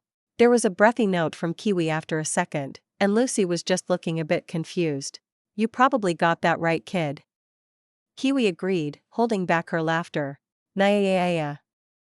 Sasha whined at me, and I just flashed her a smile. But Sasha is Sasha, just her quirks. How about you too? I hear you're trying to work with Maine's crew? Something about the client wanting you as the netrunner? Fixer. I do some work with him, and he thinks I'm reliable. Knows I can get the gig done. So can Sasha. I pointed out. Bit weird for him to try and disrupt a crew like that. He just wants what he wants. He's like that. Sounds like an asshole. Why does Maine want this guy's work again? Why not go to Wakako, or Padre? Faraday is a difficult fixer, but he offers bonuses for jobs completed to his satisfaction. Sasha offered, and I could see Kiwi's eyebrows clench up a bit in irritation. We're supposed to keep deets under wraps. She offered, and Sasha just laughed. Kitten-chan would have found out eventually. Better to just tell her. Whatever. I commented, interrupting. Anyways. So. We're going to be competing for some data? Kiwi looked over at Sasha. The kid know anything? She's special. Kitten-chan is all wide-eyed and bright about the world, but her claws are super sharp nyan. Lovely. Can we be more clear now? I interrupted again. Standard rules. We both jump in, goal is the data, so no resing each other. We don't work together unless something goes crazy. It's just a game, the data is the gig. Ah, I see. So while we're personally competing, the goal is more important. I asked, looking at Sasha who nodded smugly. Yep. And when we get the data first, this evil spider will have to call me the greatest. The greatest pain, maybe. Kiwi added, and I had to nod along at that. Hey. Are you even able to do this? Lucy asked, interrupting. She was looking at me. No offense, but, if you don't know about runner competitions, or anything, and I've never heard of you. This is tight ICE. High security. This isn't just programming. I noticed Kiwi glance from Lucy to me, and then to Sasha, and Sasha was halfway to starting to rant when I interrupted. My speciality is combat hacks more than actually diving, but I can keep up. Meow. Leave Kitten-chan alone. She's skilled. My little Kohai student. Sasha argued huffily. Neither of those things. I added instantly to Sasha's pouting. If the stray says she's good, then I'll trust her judgment. It's just all of our lives at stake. Kiwi said flatly, and I couldn't help but snort a bit at the sarcasm. Kitten can do it. Is there any point in this? I asked, cutting Sasha off from embarrassing me anymore. Either I can, or I can't, and nothing I say is going to change that. True. Kiwi agreed, and Lucy looked hesitant like she wanted to argue more but let it go. Then shall we all get started? I asked, and the four of us all looked each other over. Yes. Let's get ready to dive. We have everything set up here. Here? I asked suddenly when I realized what was going on. Yes. Come on, kitten. Sasha cried out happily and dragged me out of the living room down into the basement. The moment we set foot downstairs, I realized the situation. But stopped for a moment to raise a hand. "Hey, Becca." "Strings." She greeted back with a smirk. "Welcome to the ice cave." She cackled as she waved her hand over the 4 bathtubs full of ice, all with open ports for Netrunning. "Biakaka." Sasha cried out and charged forward, wrapping Becca in a massive hug. "Thank you." Yeah, you're good cat." She grumped a bit but was smiling. "Who's the kid?" "I'm not a kid, bitch." Becca responded to Kiwi's question with a hiss and an upraised finger. "Sure, shorty." I dash. "Rebecca is actually older than I am." I cut in, and Lucy and Kiwi both had a moment to process that. "She's Pilar's sister, and a member of Maine's crew." "And mine." I held out a fist and Becca didn't hesitate to tap her own fist against mine. "Okay, great. I'm your eyes while you're in the net." Doria would have been here, but she's got stuff going on, and none of you wanted Pilar covering your bodies. "Yeah." Sasha agreed with a nod, the most direct and not crazy thing I think I'd ever heard her say. "Fine. Come on loose." Kiwi offered, and before my eyes the older woman instantly pulled open her coat. "Oh my. Spider webs everywhere." "Lucy." "Shit." The sexiness of this room was crazy. I turned away, only to see Sasha already half undressed too. "Why were all netrunners so hot?" "No," Rebecca suddenly said, and I turned away from everyone to her, for a moment's peace, but her eyes were locked on me. I refused to believe what I'm seeing. What? You? What? You. Strings. The girl that. You're shy. What? No. I'm confident and badass. Not shy. I denied while struggling not to look at all the flesh. "You're a fucking tomato." "You fucking." "Oh my god." I thought it was just crush, but. "Oh my god." I am not shy." "You fucking are." Rebecca said, pointing, and I noticed all the other women in the room were looking at me. Lucy and Kiwi were just about to slip into the ice baths, which was just unfair. Too much. "I'm not shy," I demanded, glaring at Rebecca, and before she could say shit, I started undressing. Pulling free of my boots while I grumbled, I tossed my jacket onto a chair, and then pulled down my pants. Stupid pants. They were getting tighter and tighter. I really needed to go clothes shopping some more. With that, I grabbed the zipper in my leotard and pulled it down, the hidden zipper letting me breathe, and it was actually a pretty nice relief. Stupid slightly tight leotard. I'd been really needing to get them all adjusted after my Body 10 achievement, but I'd been so busy. Grumbled, I peeled the leotard off and then glared at Rebecca, who wasn't making fun of me anymore, thankfully. "I'm not shy. I'm a badass super kick-ass killer assassin woman." Then I hesitated for a second at the ice bath. Ugh. I hated the idea of these. I sighed and slipped inside, instantly feeling shivery as I grabbed the cords and accessed in. "That's just bullshit," I heard Rebecca say, cut off as I dropped into the net. Chapter 227. It took a minute before the others joined me, and the whole time I was looking around in disgust. When Sasha's avatar popped in, I instantly turned to her. "How do you live like this?" I had to ask as the entire lobby was covered in pink and glittery cat stuff. The kitty pictures were cute, but the rest of it was just too much. He. She replied back, and that was the only answer I got. Thankfully Kiwi looked disturbed even though she still wore her mask mouth plate on the net, and Lucy shared my slightly disturbed look. "Luce, let's go. Game is already on." Kiwi called out, not hesitating at all before the two of them jumped off the lobby onto the net. "Shit." Sasha cursed, and I quickly raced after her, as we were all thankfully heading for the same place. It was a data fortress owned by some no-name corp. I wasn't bothering to even learn the name of. It hardly mattered. For Elite, I was 1-2, Netrunners was enough to smash just about any data fortress not controlled by the big core. Sasha and I reached our own entry point and slipped inside. There was no discussion. Just like when we hit the no/brainer server, we already had our roles.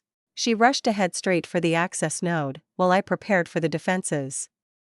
The moment she started breaching in, the demons noticed the intrusion, but I was already on them. A flurry of flame bullets roared out and crushed the demons into pixels. 250 XP gained. 250 XP gained. 250 XP gained. 250 XP gained. Through. Sasha called out as she broke through a path, and we both rushed forward. This fortress was well put together. The neon pulsing lights of the interior created a pseudo 3D rendering of the hallways and rooms. It was clearer than some servers I'd been on, which meant new. Which meant high security. Again, though I wasn't that concerned. 1 elite netrunner was dangerous. 2 was usually overkill. 3? 4? This was an expensive gig. At least it should be, but Faraday had managed to get 4 netrunners on a single gig for the price of 1. We burst into the next room, as I started tearing through defenses, almost mindlessly as Sasha broke through a firewall that rushed up. It made me realize that Faraday could have planned this whole thing. Had Kiwi tried to set it up like this? He couldn't have known about me really, but 3 netrunners were more than enough to break through even a well-secured data fort like this. It made me wonder if that wasn't the plan? Another set of demons destroyed as I protected Sasha, and burned defenses until the firewall dropped. We rushed forward, hitting the next defense, something similar to the cyber moat that was on the No/Brainer server. Sasha started breaking through when almost instantly it connected. I blinked. Sasha blinked. Kiwi and Lucy blinked. Good timing. I muttered as the 4 of us all came together. You're actually here? Lucy asked in surprise. Yeah? No time to waste, Kitten-chan. Don't call me. Whoa. I called out. As suddenly that same data moat slammed back down. Lucy had started rushing forward at the same time as Sasha, and they both disappeared. I wasn't expecting that. I muttered as we got split off. Netrunner is on the server activating defenses. Kiwi commented. Already looking like she was going to rush off, so I shrugged and followed her. We made it through a new hallway before she stopped and turned to look at me. What? What are you doing? Backing you up? She sort of just stared at me for a bit before I rolled my eyes. I don't give a shit about this competition, I'm just here because I like Sasha a bit, despite her catty attitude. Really? Don't start. I can make puns too. I said before smiling. Besides, what, are you going to run this solo, or are you really going to complain about some backup? She looked me over for a while and shrugged. Don't slow me down. Sure. I said flatly, rolling my eyes. Then I pulled myself into position. Any role preference? I asked, and Kiwi made a snorting noise. Are you a kid or a netrunner? Do what you can. I wanted to say something, but Kiwi could actually be right. Had Sasha been babying me in a way? That's irritating. Fine. I stayed with her as we hit the next access node, and we both went to work, where before it was a shared experience with Sasha. Kiwi simply cleared her own path, guarded her own back. There was no real working together. We each burned demons down, we each started breaching. Kiwi used an interesting quick hack. Instead of destroying the demons, it caused them to lock up. A CC hack. Nice. I might have to ask about that, or make my own. I finished off a few of her dazed demons as well, just for the extra XP. Kiwi was fast. There was no doubt about that. She was better at breaching than I was, but I had tricks she didn't. We were already past stealth, so it was time to go loud. I switched from defending against the demons for a second and slammed into the security system like a freight train. Strong breach was one of my lesser used perks, but that was only because I preferred stealth. The security glitched as I overwhelmed it, and even Kiwi looked away from her breach to me, for a moment, as there was an obvious shift along the security wall's data, an alert going out no doubt as I hit the defense so hard, and it spasmed once before falling, opening the path. I turned and finished a few more demons that had restored themselves in the moments it had taken. Let's go. I told her, and Kiwi for the first time didn't look at me like some kid, but a peer of some sort. That was a bit much. What, you unhappy I broke through? I asked her as we raced down the newly opened data path. No was all she said, and that was enough. We hit the next room, and this time it didn't feel like I was fighting alone, just with Kiwi in the room. She covered my back as I covered hers. Unlike with Sasha, Kiwi would point out parts of a firewall for me to attack while she continued to slip through on her attack. I disrupted while she slipped through. It was teamwork of a sort, and soon I was even getting call-outs from her when she needed. I think working with Kiwi was actually better than Sasha. Sasha, I only now realized, treated me sort of like a kid, or in other thoughts, how I treated Malcolm while on the gig. He could handle certain things, but anything more dangerous, and I'd take over, or not entirely trust him to perform. Kiwi didn't care, she expected me to keep up. And I did. We broke through into another space, and I grinned as we ran into Lucy. She was throwing out a hand, and entire groups of demons were simply wiped out. Now that was an interesting demon. Forget Kiwi's CC hack. I wanted that. She looked up to see us and blinked as Kiwi and I both arrived. Where's Sasha? I asked, looking around, and Lucy just shrugged. It's not like I stuck around her. She replied instantly, and I looked up as she glanced at Kiwi. I don't trust her, so I went solo. Stupid. Smart. We both said at the same time. Kiwi and I looked at each other for a moment. If you don't trust someone at your back, leave them behind. We're all here for the same gig. Not trusting Sasha isn't being cautious, it's being paranoid. Paranoia is a good trait. Kiwi said back, and I just made a face at her. The kid came with you? She surprised me. Kiwi replied with a shrug. Let's keep going. I just sighed. There was no way to know if Sasha was ahead or behind. So I would stick with the group for now. This felt odd again. Lucy and Kiwi didn't so much work together, like I had with Sasha, but they both were just so overwhelming that any teamwork was mostly circumstantial than anything. I did my best to assist, settling into a different role. I'd wipe out demons to ensure they could focus, I'd smash into some defenses to redirect focus, and let them slip through. That sort of thing. It was teamwork, but it did leave me feeling a little bit like a third wheel, and worse, Lucy wasn't really impressed. I could tell she was trying to pull ahead, sort of break free of me following. Cold. But I was more than capable of keeping up, and so Lucy, if that was what she was doing, was still solidly in front of me. Finally we reached the actual core we were trying to break into. This time we weren't alone in a different way. A Netrunner was here, his body was twice the size of normal, and he was surrounded by demons. Not a step further. You lot have caused enough trouble already, turn around. I kinda expected Kiwi, or Lucy to say anything, but instead they just went straight on the attack. Both of them slamming hacks forward in at the same time, causing the runner to activate defenses. Firewalls, masked demons, even his own hacks launched back, and the added server power gave him a hefty punch. I was continually throwing up my defense hacks to give Lucy and Kiwi extra cover, as I dodged or blocked attacks coming my way as well. We don't need your help. Lucy argued back, as I put up a solid wall between her and some demon barrages. Well, you've got it anyways, Moongazer. I told her, and went all out on my own.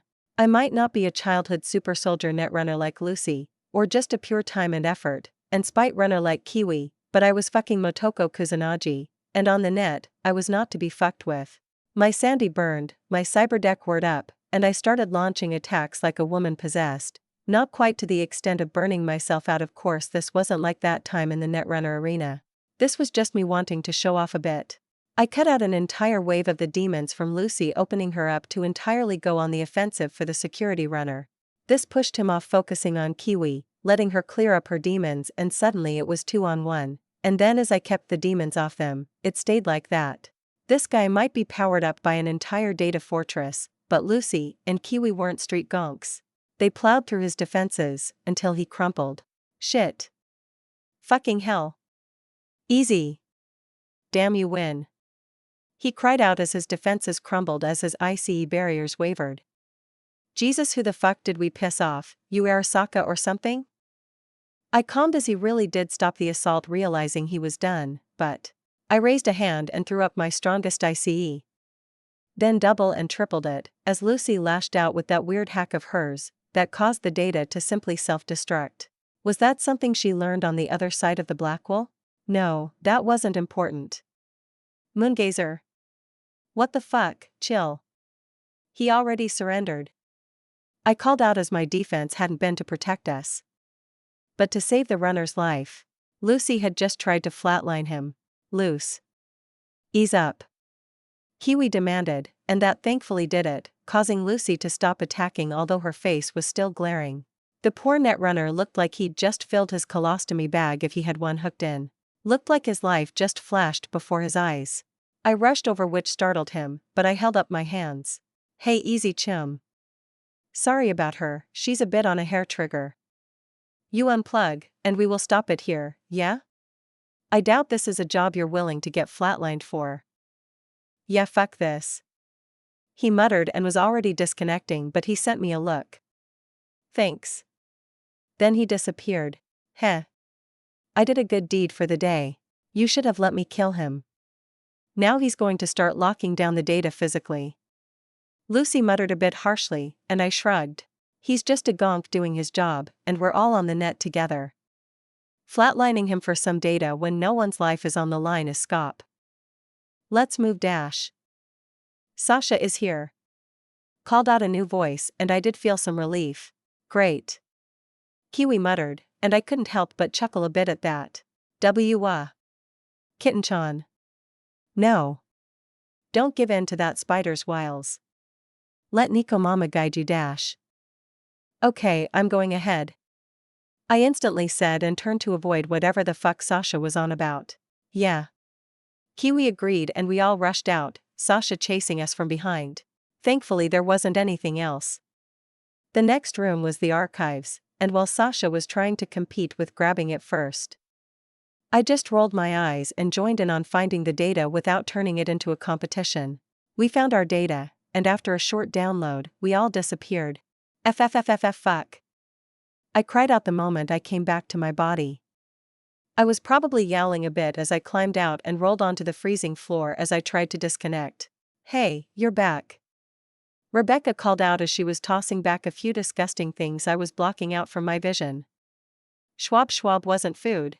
Why yeah. I chattered as I disconnected and stood up. My everything felt achy, and I was freezing, and this sucked. I was never using a stupid ice bath again. Whoever came up with this was stupid. Stupid and dumb.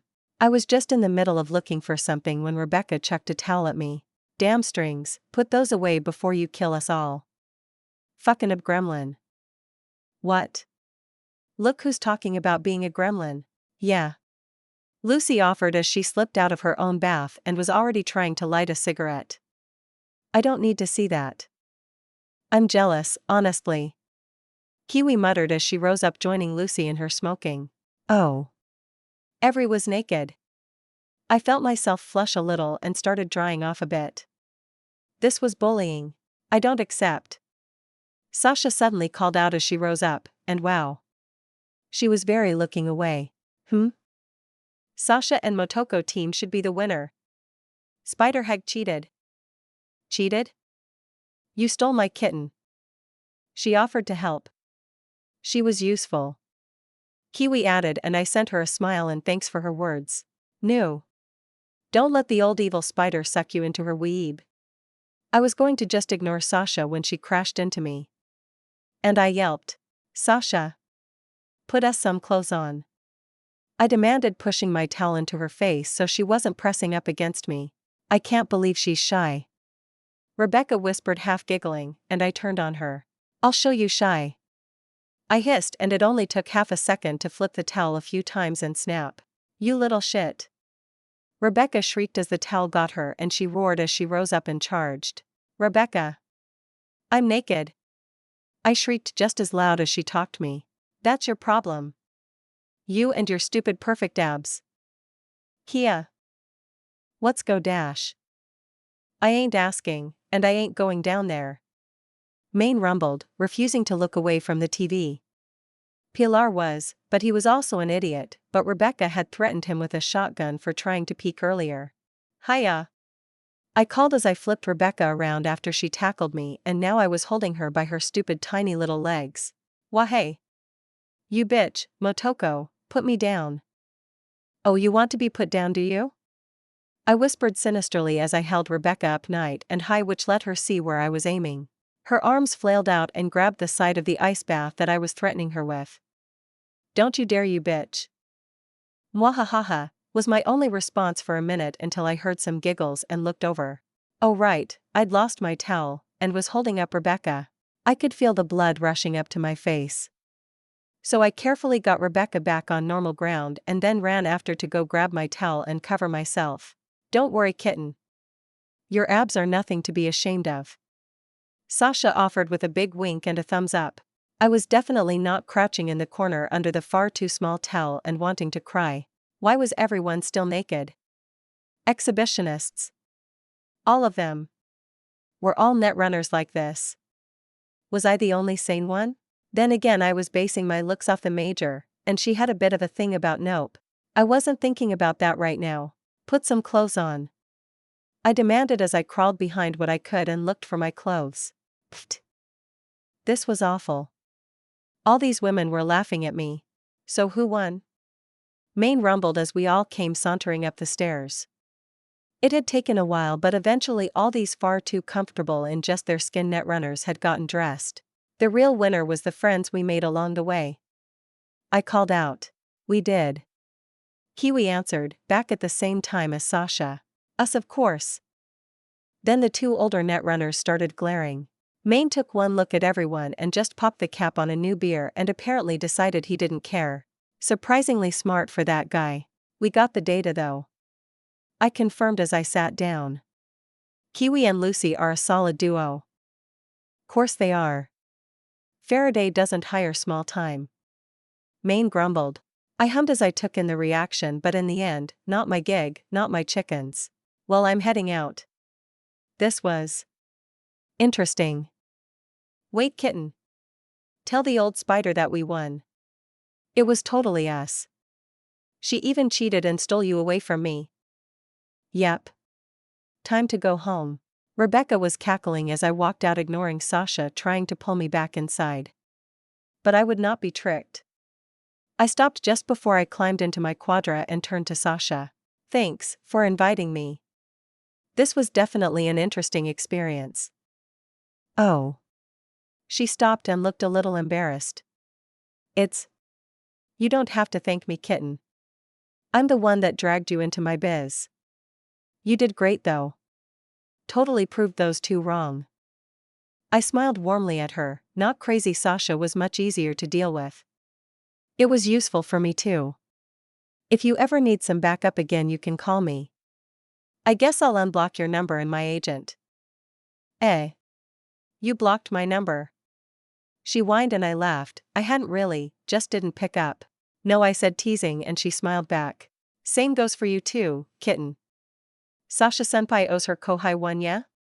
She baby talked and I just sent her a flat look. This time she smirked at me in turn. But if you ever need some help, you can call on me. I appreciate that. Senpai. I said, sighing as I did. Already knowing she'd overreact. So I just slipped into my quadra as she started gushing. Yep. Not bothering with that. I drove off as I considered everything. That had been a breeze of a gig really, but if I had to solo that data fort, I'd have to either go full stealth, or maybe not be able to do it. Fact was, there were just too many defenses, for the netrunner Motoko Kusanagi was right now to be able to do it. Shit, now Sasha's got me talking in the third person. I needed to escape that cat's evil clutches. Chapter 228. I got home and flopped on the couch. That net dive had taken a lot out of me, and I honestly felt ready for a nap, but first, I looked at my stat screen. During the dive I'd destroyed so many demons I'd actually hit a level up. Level up achieved. 1 stat point gained. 1 skill point gained. Heh. It made me kick my feet a bit as I stretched out on my stomach on the couch. Levels, levels, levels. And it was time to put the point into my stats as well, so what did I want to level? Intelligence again? Very tempting. 16 in my net running stats sounded pretty strong, but it was also a lot already. Maxing out a stat probably was a smart thing. If I could get my net running maxed out, I'd be scary, but was that what I wanted? Body and reflex were both maxed out and ready for a level up. Ugh, I really needed some cyberware to add some cyberization to cool. Otherwise I'd pick that in a heartbeat. Stealth was still my favorite thing. So, what do I choose? Try to maximize net running? But with Sasha's thing done, I was free to do my own thing for a while. Or I could max net running to try and get more demon hunting grounds for more XP. Bleg. I hate making decisions. I perked up as the door opened and I pushed myself up looking over the back of the couch as June walked in. Hey June. Motoko. He greeted as he dropped off his stuff, his jacket thrown at me, and I reacted, rolling forward and dodging it. You were supposed to grab it. He grumbled at me. No, I wasn't, you were trying to cover me with your stinky jacket. It's not stinky. He snapped instantly, sounding actually offended. Stinky June. Oh, you're in that sort of mood. He grumbled, as he hit the fridge and pulled a beer out and then walked over to flop on the couch. What kind of mood? I'm not in a mood. I hissed at him, my fingers itching to start poking him for daring to say I was in a mood. That kind. He pointed out, which was really offensive. As he fended off my fingers. Not right now, Motoko. I'm tired. He groaned as he put his feet up on the living room table, and I did stop, but not because he asked or anything. He just looked done. His beer ran up and rested against his forehead for a second. Something going on? Nothing crazy. Just had to run around a lot. Fujimura is running us all a little ragged. It's nothing you have to worry about. I see that look. Is it some gonk klepping shit again? I can kill them. Heh. Not this time. We're getting close to the end of the year, so the numbers for everything are being double-checked. I blinked. I guess that made sense? What is he worried about? Taxes? Taxes? June asked, almost tasting the world as if he couldn't quite figure it out. Where do you get these things? No, the end of the year is when the bosses meet up and hold a big party. All the numbers everyone ran through the year get brought up. Ah. Christmas bonuses. I whispered, and June sent me another funny look before chuckling. I guess you could call it that. Or Christmas beheadings. You know? Does that happen? Not unless people haven't been reporting things. Which is why I'm double-checking all the little side work that Fujimura runs. Makes sense, I guess. I whispered, and then since June was relaxing, what do you think is the most important? Being strong, being quick, or being smart? I of course didn't get to finish my question as June simply brought up his arm at the first question and flexed, showing off his stupid fake muscles. Which? I guess I should have expected that. I rolled my eyes and instead turned towards the TV as he flipped the channel on. Ugh, I hate this show. I whined, but June just scoffed at me. Then go somewhere else. I was here first. I'm older, so I was here first. Fuck off. I hissed, sticking a heel right into his side as he dared say that shit to me. He winced and soon he was grabbing at my foot as we dueled. Him picking me up and throwing me across the room was totally uncalled for. So you think that's good for the set list? I asked the band. Klein, Alice, and Jared all considered what I had said. Are you sure we should do Everlong? Wouldn't the other song, I Won't Be Ignored, fit better? It's called Faint. Are you sure? I looked over the list. Hiromi and Alice of course had been working on the actual gig, and we'd gotten a gig from a rock bar. Not Red Dirt, but another of the bars that played that sort of music. A bigger club as well. I think it fits better. Everlong is more, Alice started. It's a rock song. Klein called out, spinning his drumsticks. It's a love song. Jared argued. It's a breakup song. I argued and Alice scoffed, just laughing. Right. Anyway, while this isn't the Totentans, they're looking for something harder.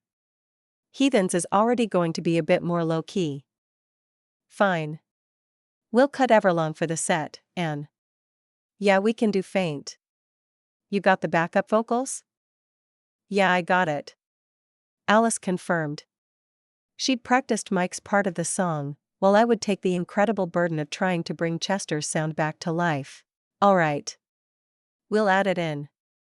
I confirmed. The set list was easy enough, no great story arc this time, which was a bit disappointing, but if we ever did an album I could set the songs up to tell a story there.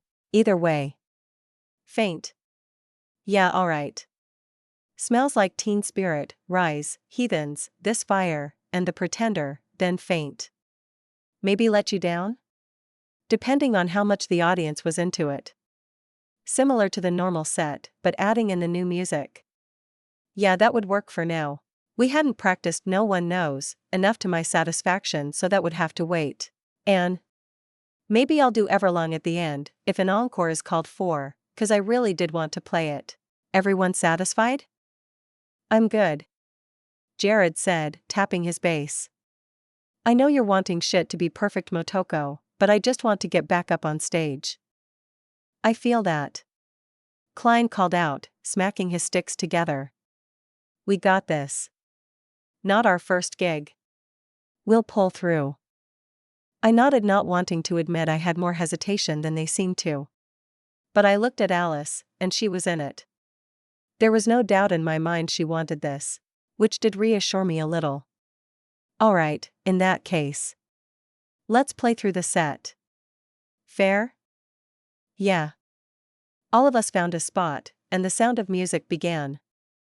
The storage unit wasn't the best place ever, but no one was complaining about the noise, and so we played through the night.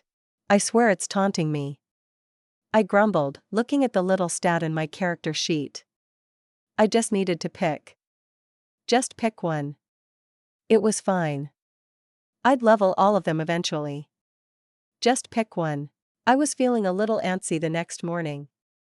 We'd practiced all night until the others had needed to stop and actually sleep. The gig was tonight. And yet, despite that, the anxiety was seeping into other things. I should just pick an option. Live with it, and move on, but the point. I should just go full cold blood, let everything become crystal clear, but I didn't want to live my life like that. Sometimes being anxious about a choice was okay, and I shouldn't just control my emotions like that to dodge it. Still sucked though. Hiromi was at school, she wouldn't get off until later, and Ichi and Malcolm were doing guy things today. Fairly certain they were at Lizzie's, but I wasn't going to out them to Hiromi. So I was just lonely today. Huh. Fine, instead of getting stuck in my head about this, I should go out and do something. I pulled myself off the couch and grabbed my shoes. I had no idea where I was going, but I was going somewhere. Right? I took the elevator down, and stepped out into the cool December air. It was still California, so it wasn't really getting cold, but it was cooler than it was. To think, it had been almost a year since I woke up in Night City. I headed for the garage, deciding to get on my bike. It was perfect motorcycle weather right now. My Kusanagi rumbled to life, and I delighted in revving her up a bit as I pulled out of the garage and onto the street. Let's see. Traffic wasn't super good, so there wasn't going to be any real speeding around unless I started really breaking traffic laws, and that wasn't worth it. I ended up stuck in traffic rather quickly, staring at the red light far in front, wishing it would just turn red. Resist hacking the city traffic. Resist, Motoko. You shouldn't do that. I whispered to myself, and finally the light went green. I waited, and traffic barely started moving when the light turned yellow. Resist shooting the traffic lights. Resist, Motoko. You shouldn't do that. Humph. You get fat? It's muscle. Yes, of course. Fatty. The old woman hissed at me, poking at my sides, and I rolled my eyes. She was teasing, but still. Can you do it? Me? Of course. I can make the clothes fit any gorilla. I sent a very firm glare at the old lady, and her scowl shifted into a smirk that I couldn't help but mimic. Thanks, Granny. I am not that old. Forgetting your own age again? That dementia is hitting you harder and harder every time we meet. Little brat. She scared at me, but nodded. I'll start a new set for your new dimensions. No more of that animal slop. If you get any bigger, no leotard in the world will fit you. I'm not taking drugs. I've been working out. Perhaps the gorilla DNA? What's got your mood all shitty today? I asked her, and she stilled for a second. Forgive me. I have been irritated. Nah, it's fine. You're just teasing. Anything you need help with? No. No, child, nothing anyone can do. It is no matter. My grandsons are fools. Nothing anyone can do now. You'll leave this to me, and I'll get you sorted out. Your pants need to be adjusted as well. That I will not help you with. Yeah, I know a place where I can buy some pants. I guess I'll do that now. Humph. I tossed the eddies over and left. The old lady was the teasing type. Apparently, after I'd forgiven her for using shit armor weave at first, she'd decided I was one step from family and was like that every time I walked in. I flopped on the couch, bags of new jeans and other things that would fit better dropped on the bed. Okay. No more shopping. I decided. I had to go to a few stores to get everything updated. Oh well. I sat back up and considered what I should do for the rest of the day. We had a gig later. Back on stage. Ugh. I rolled over and pushed my face into my blankets. I didn't want to think about that right now. Stats. Okay, fine, make a choice, Motoko. I was tempted to add one into reflex because moving fast was really useful, but was getting another point in blades something I needed right now? If I dumped another point into intelligence, I could raise everything to 16 with the skill points I had right now. Making choices was hard. I closed my eyes and clicked. Opening them. Intelligence 16, 20, due to cyberization, maximum value has increased by 10. Breach protocol 14. Quick hacks 12. Programming 15. Fine. It was fine. Sure, intelligence was lame, but hacking was fun, and it was the best way to get more XP currently. I decided to throw a point into Breach Protocol 2. Breach Protocol 15. 1 perk point gained. I weathered the storm of new information for a while. And now I had another choice to make. What sort of perk did I want for Breach? I had stealth, and I had the ability to break down most barriers. I'd just had a lot of time online, so I should have a sense of what I needed. I thought back to the 3 netrunners I'd just watched breach into a heavy data fortress. Kiwi, Lucy, and Sasha all breached a little differently. But Kiwi and Lucy had taught me something interesting. Working together on the same goal could create some synergy. Sasha preferred delineated roles. One for breaching, one for wiping out demons, but Lucy and Kiwi shared roles, doing both, which was probably the normal way a netrunner would operate. No one would fully trust someone else to protect their back unless you were like Sasha, or me. So I looked through the perk list and found it. Team Breach. Know how to work in a team of netrunners to break through even the strongest firewalls. I wasn't going to be like Sasha, and I wasn't going to be like Kiwi and Lucy. Teamwork was a power that none of them really tried to work with. I hummed as the perk knowledge flowed through me. How to work together with other runners while breaching systems. The know-how filled me, when and how to strike a system to let another runner maximize their ability, and in turn how to guide other runners to take up system resources to give you an advantage. It wasn't as strong breach, or as difficult to deal with as Ghost Touch. But this was the perk of someone that knew how useful teamwork could be. Sasha owed me one, and next time I had to break a data fortress I knew who to call on, and the two of us would be on another level. Especially once I finished leveling even more. Finding a spot I parked the Quadra, it was nearly time for the gig. The place was called the Electric Orgasm. Cute. But whatever. It was a club, and I was here to play. I stepped out noticing the crowds gathered around, but I ignored them. Hopefully no one would be gonk-brained enough to go after my Quadra, again. I took a moment to grab my guitar and some of the easier-to-carry stuff as I headed towards the door. There was already a line forming, and I could hear music from inside the open door. We weren't the first act after all. Hold up there.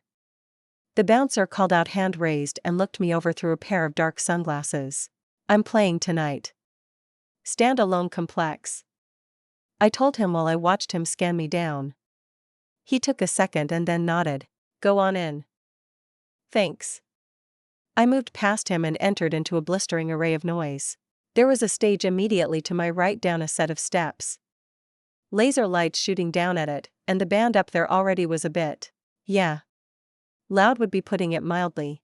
I circled around heading to the bar and smiled a bit in relief as I noticed a familiar face. Yo Klein. Oh. Motoko. He raised a drink up at me. Got here early, huh? Come to enjoy the free drinks for entertainers? He teased, laughing as I sent him a sour look. Yeah, no. I brought my guitar in close and took the seat next to him. Glancing over at his wild hair, flashing colors, and very bright outfit. Not his usual jeans and a t-shirt. No, he was wearing an expensive hollow jacket, flashing some demonic-looking thing on the back. He had lights running down his arms from a series of bracelets that all glowed and strobed. Like M? Eh. Huh. They help a bit. Hard to see the drummer behind everything, but add some lights and you give the peeps a light show while you sit there. He explained and I nodded along. Made sense to me. I looked down at my own clothes, and how bland I looked in comparison. That wasn't me. Jared said he'd be running a little late, but Alice should be here soon. Unless she runs off to grab him. He added after taking another drink, and I just nodded, pleased at that. We had to wait for the other band to leave, but I was starting to get that antsy feeling. Excitement and fear all coiled into one.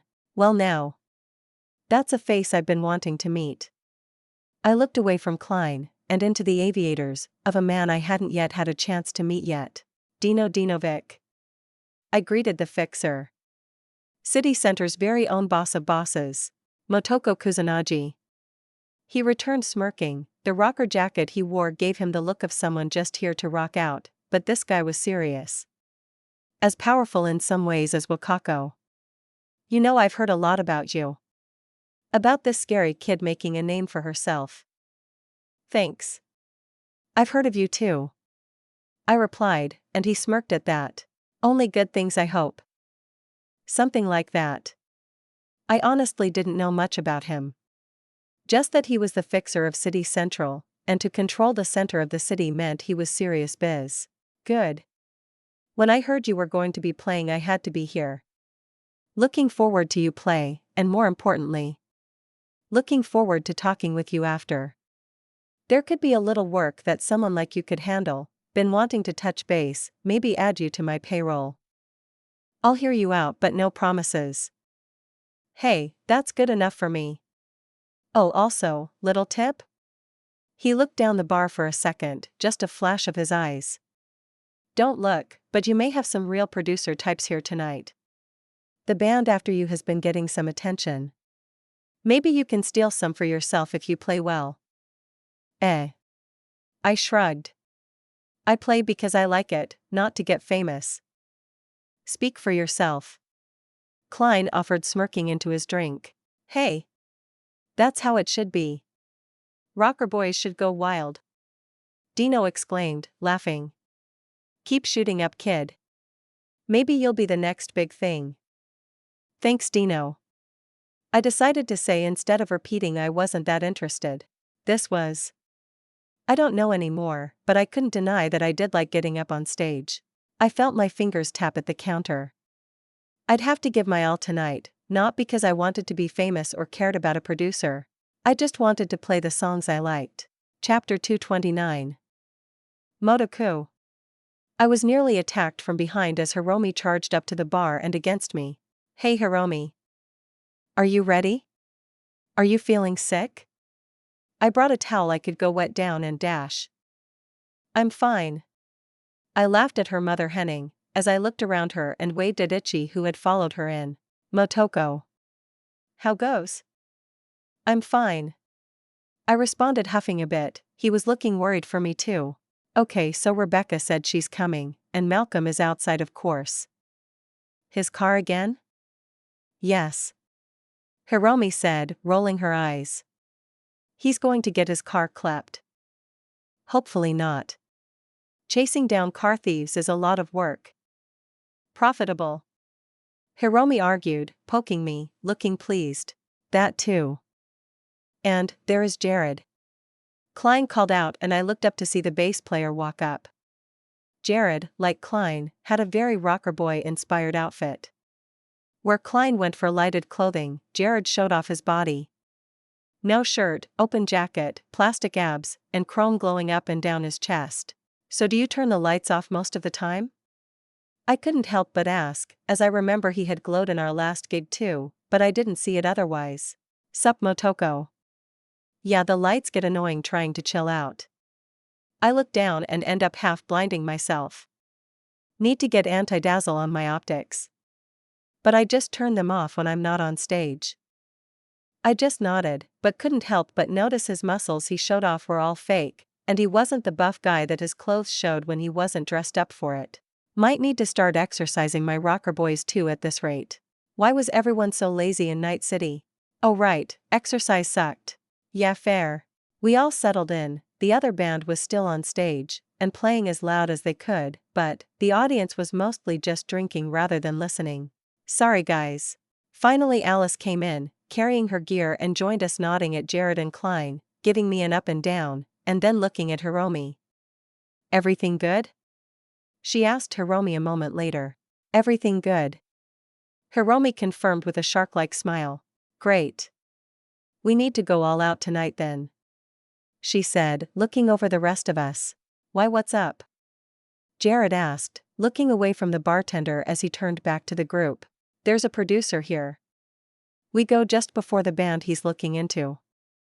If we do well we can steal the hype and interest. Alice offered, smiling evilly, Hiromi's own smile matching. Wait. Did you plan this? Of course. I was looking into things, and got a bit of a tip-off that this producer was looking into a band. So I checked on when they would next play, and set up our set before them. Hiromi said, her head practically tilted back as she spoke as her ego grew larger and larger. I felt like if I poked her head, she'd pop with how inflated she was. Oh well. Hiromi was cute when her little plots worked out. We'll play the best we can and see what happens. No stress. I decided to say, looking at everyone. But the others were definitely looking stressed, but not in a bad way. Jared's face shifted into a serious look, and Klein, who had already known about the producer from Dino, nodded with his buddy. Well, I guess I was outvoted. Well, if Faint doesn't catch their attention, I don't know what will. I offered and Alice smirked evilly. Exactly. We got this. Hell yeah. Jared whispered, pumping himself up. I just wanted to sigh, but it's okay. Hopefully everyone just had some fun. I shook off my thoughts and focused as the other band finally seemed to be wrapping up.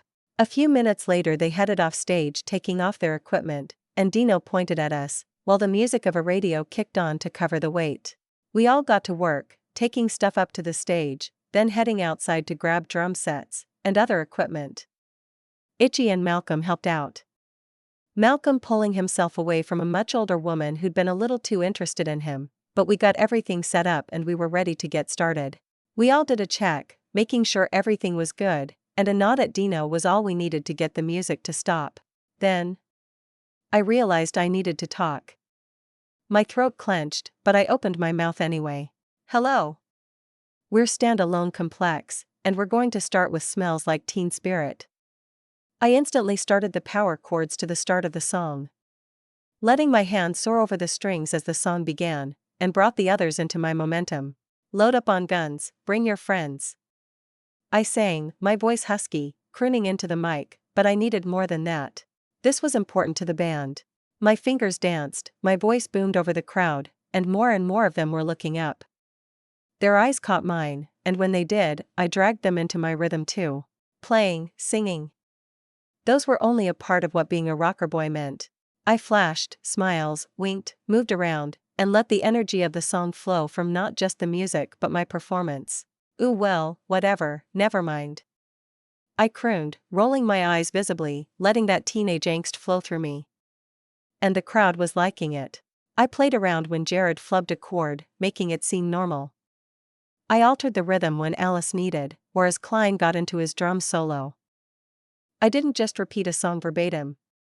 I played the song along with a band. And at the end, I shifted to Alice, and she figured out what I wanted, and we both duet the last long line. Adeniayo. Her voice would have ruined it solo, but the electronic quality of her singing voice worked with me duetting against it. I stepped back as the song ended, and Alice was absolutely thrilled. I could see the way her eyes lit up as the crowd reacted, plenty of stomping feet, and whistles and shouts. Oh, you liked that?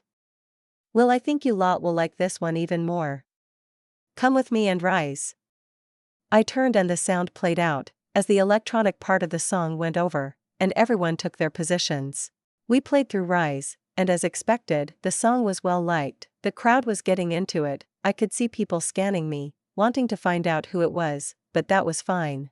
Hiromi was actively walking through the crowd passing out shards of some sort. I didn't want to know. So I wasn't going to ask. But I needed to be more than just someone playing a song. This was a gig, a stage show.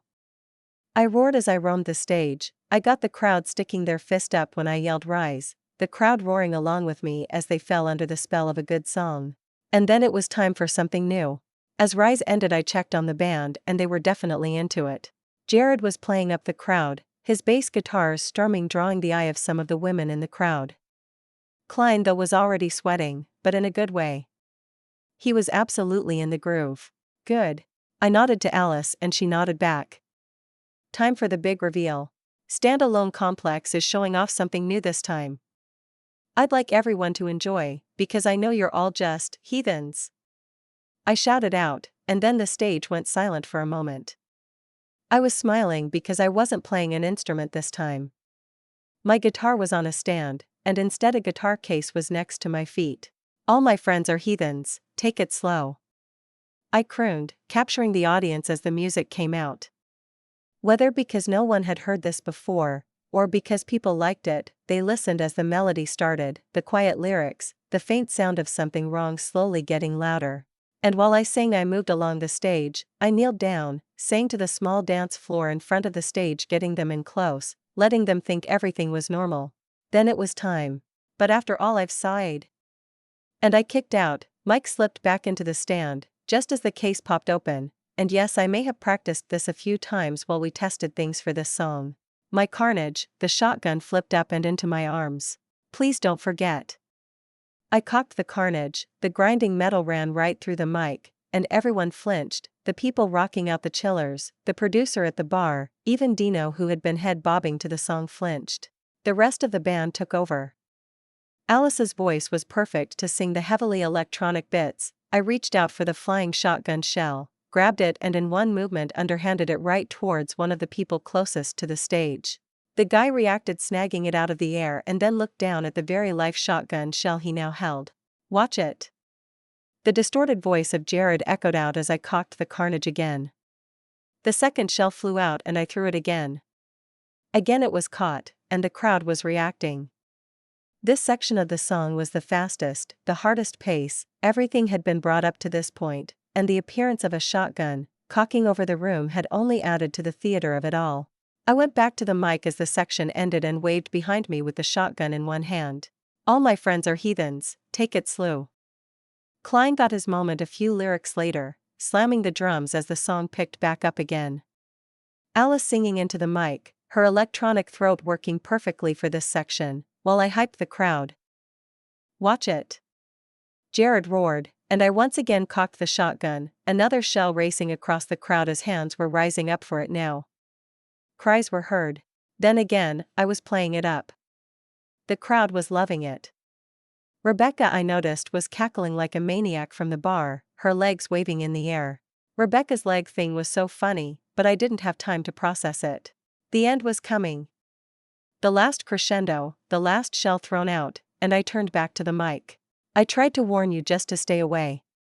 I crooned, as the song mellowed down. And now they're outside ready to bust. I teased them, moving like I was going to cock the shotgun again. It looks like you might be one of us. I crooned out the last line and then flipped the carnage, sending it spiraling forward.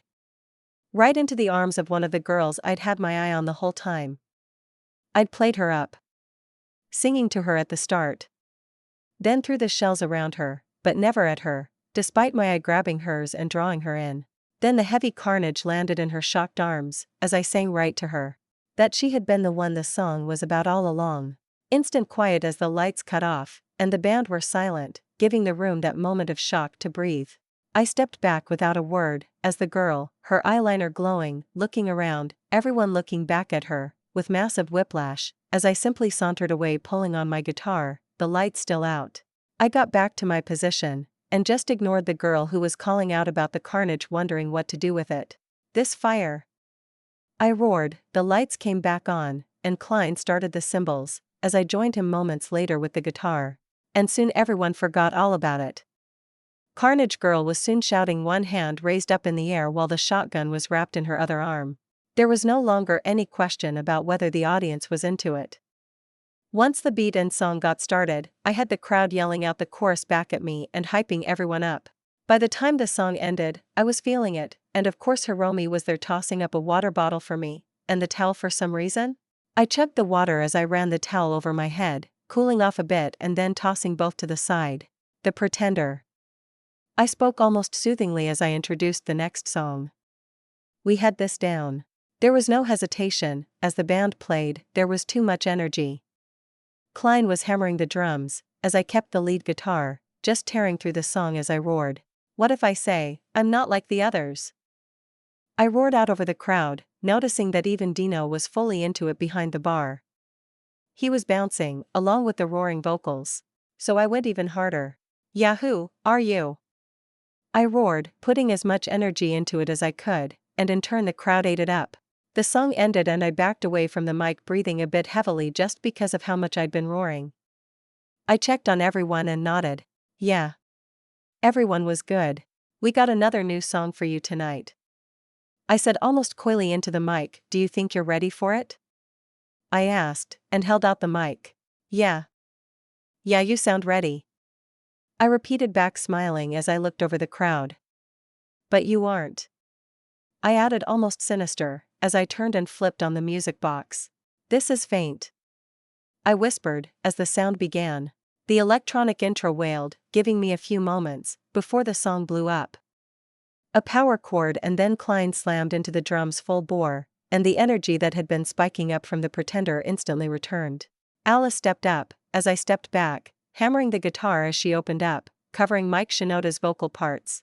I could have done both, but this was perfect for her electronic vocals fitting the cyberpunk era. We shared guitar as well, letting me really hammer away while she was rapping, and then when it came to my Chester solos I could give it my all. The vocals were the heart and soul, messing them up was not allowed. Plus, no one else had ever heard Chester's screams in this world. I was the only person alive to know what it sounded like. My love of Nirvana was a childhood sound, but my love for Linkin Park was all my teen angst, and I was going to let it all out. Alice was loving it. All the eyes were on her, as she rapped. But I'll be here, 'cause you're all that I got. Alice called out, and I could hear the joy in her voice as she was able to rap this part of the song without her vocal issues.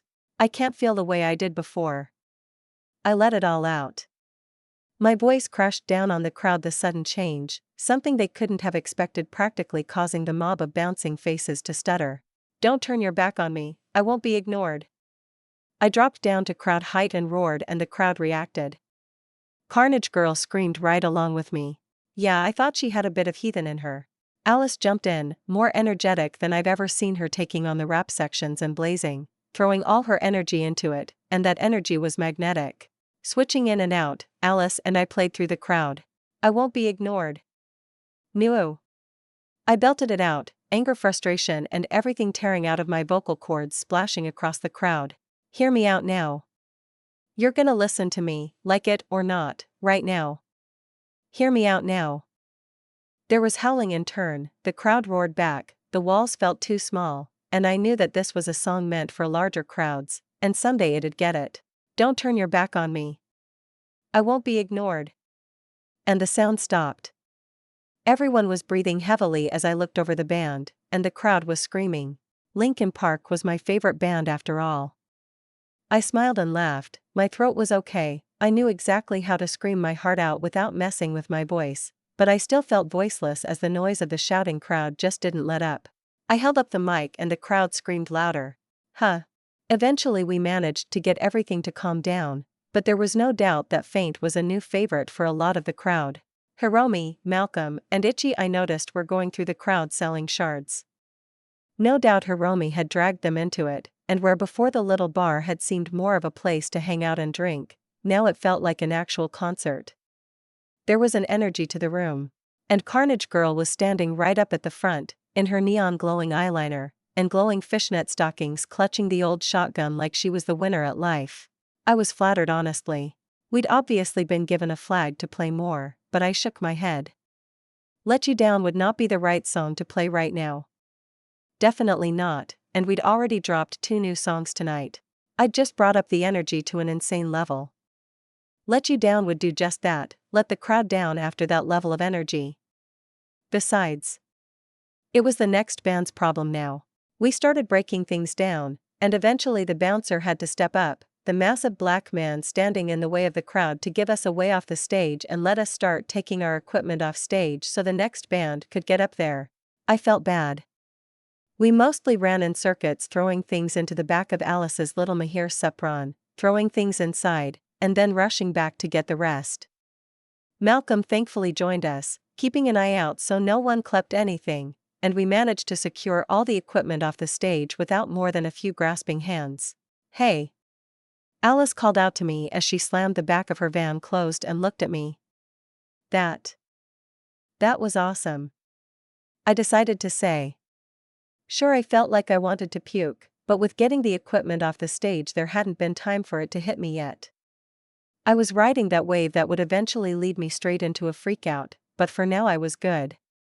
You did perfect. You hit the lyrics perfectly. Thanks, you really went all out. Holy hell. Alice whispered, running a hand through her sweaty hair. That song means a lot to me. Was all I could really say, and she nodded. I felt it. She agreed, a fire in her eyes as she looked at me. Everyone's going to hear about that song after this. She wiggled, pumping her arms, unable to keep the energy in. I'd like to think so. A new voice cut in and we looked over at the man that approached us. He was getting looks from everyone, but the fact Dino was walking with him meant the bouncer didn't intrude. Charles Davis, CCT Records. He pulled out a business card and offered it to me, but before I had to do anything Hiromi popped up beside me. Hiromi Mitsunashi, manager of Standalone Complex. Hiromi offered, pulling out her own card and offering it to the man. He only took a second to change tracks and smiled at Hiromi. A pleasure. An indie band with a good manager only makes them more valuable. He offered and Hiromi smiled at the flattery, but she looked like a shark. Ah, Mr. Davis. The reason you are speaking to us, is it because you're interested in signing our band? Alice cut in, getting to the heart of the matter, and I noticed Hiromi glance at her, but she didn't tell Alice to be quiet. CCT would be interested in discussing the possibility. I can't deny that it's rare to see an unknown band bring that much energy into such a small stage.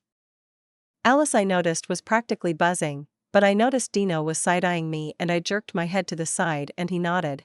I broke off as Hiromi started discussing things with Charles Dino, and I walked around a bit around the back of the building getting some quiet from all the talking.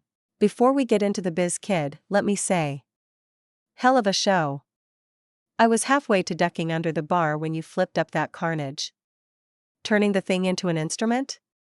Rocker boy as hell. I dig it. Thanks. I couldn't help but smile a bit at his words. The cocking sound was always part of the song, but for the live performance, I figured I might as well integrate it a bit into the show. Heh, it fucking worked. Those kids going home with a round are going to remember that shit for a long time. Preem shit. He looked around after that, checking on things. But I wanted to talk to you about biz. Got a gig, something difficult, need it done clean, no one sees, and no flatlines. Stealth op? Yeah, need something picked up and replaced. Just a shard, nothing big. Gotta be done within the next few days, and I hear you're the girl to reach out to if you need something done sneaky. You interested? I shot him a message, with my contact information. I can't promise, but if you throw me the deets, I can confirm I'm able to do the gig, and we can hash out the details. Heh, not confident you can do it? I'm capable of a lot of things, but I'm not perfect. I can't tell you if I can do it without the info. Fair enough. Alright. I'll forward some data, and we'll talk. I nodded, turning to look as he walked away to see Hiromi and Charles speaking hurriedly about all sorts of things. Seemed serious, but that was a worry for another time. I was tired and still felt like my stomach was going to decide to rebel. I wanted a quiet drive away from everything. Chapter 230. Waking up the next morning, I rolled over away from the sun slipping through the blinds and had to consider everything. There was no doubt that the band was getting attention. Hiromi had even waved me away, assuring me everything was being taken care of when I decided to leave last night, and she hadn't come with me. Hiromi had stayed long after the gig talking to the talent scout? Producer? I wasn't sure what his position was. Either way, I had a feeling Hiromi was going to be pushing for something with regards to the band. But, being up on stage, playing music I could only listen to before? Feeling that response from a crowd as I roared out from my heart? It was a good feeling. I checked my messages. Dino had sent me a packet about the gig he wanted done last night. But that wasn't all I had. I'd gotten multiple alerts for Rockerboy XP. The full band experience, really letting it all go, had earned me another step closer to hitting level 10. I looked at the packet from Dino. Just from the basics I understood the difficulty. There was one dealership that sold new Rayfield vehicles in Night City, and Dino wanted a shard they'd have in the office switched out. I didn't know exactly what the data was, but he had maps of the dealership, timetables, and even information about their security. Could I do it? Yeah. The security was top of the line, but it didn't have Netrunner support. The dealership was secure enough inside a building in downtown, sharing space with a few other high-end corporations. The fancy dealership even had a special circular track around the building that people looking to buy high-end vehicles could drive around without traffic stopping them. Of course, I wasn't after the vehicles, but just to replace a shard with another inside the dealership office. I slipped out of bed and got ready. Even as I was in the shower, I was going over the data Dino had sent, checking entrances, and information about the people that would be there. The dossier on the entire place was thorough. Dino wasn't skimping. This wasn't just a generic smash and grab, but the data was set up as a professional op. As I was drying my hair, I noticed something that might work as an entry point. The pay for the gig was good. Probably? No, it was. It definitely had enough zeros there. Hiromi would be proud of me for actually checking, rather than just jumping into something, but to be fair, this was a full stealth gig. I couldn't be seen, or leave any hints that I had been there, or the gig failed. So I wouldn't be getting any XP for this. Eddies were the only benefit I would draw out of it. Decision settled, I sent out the confirmation to Dino. Motoko, I'll accept the gig. I can get it done today. Just need the replacement shard. Dino, alright, cords for a pickup. The delivery boy's name is Simon, that'll be the code that he knows it's you. Look forward to the update on the gig completion. Well, that was settled then. Now I just needed to sort everything else. Even if this was a stealth mission, I was trying to be better than the gonk that I could be at times. Motoko, I got a gig from Dino. It should be quiet, just a sneak and grab. But I was wondering if anyone is free to be super bored and act as my extraction in case something bad happens. Itchy, I'm on the clock right now, but I can come if you need me. Malcolm, not a great time for me, but I can be there. Rebecca, nah, you too, I got this. Strings, where we meeting up? I've been bored all morning. Might as well be bored and doing something. Motoko, Preem Becca. Sure, I'll send you accords. Hiromi, I can come. Motoko, Hiromi, you have class. You can't come. I reminded her with a roll of my eyes as I hit the garage. I was sliding onto my Kusanagi to make it through Night City morning traffic as I got Rebecca's confirmation, and Hiromi's cry emoji.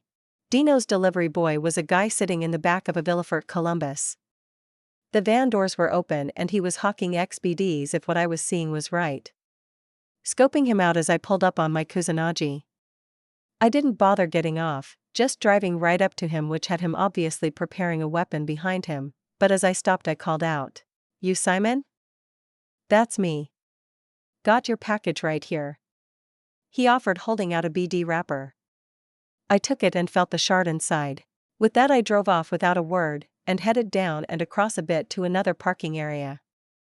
This one was a few floors up, and I found the spot I wanted. Right up against the north side of the building, where right there across the street and a floor down was the Rayfield dealership. I leaned against the wall and watched. A car was racing around the track. Not one of their top of the lines.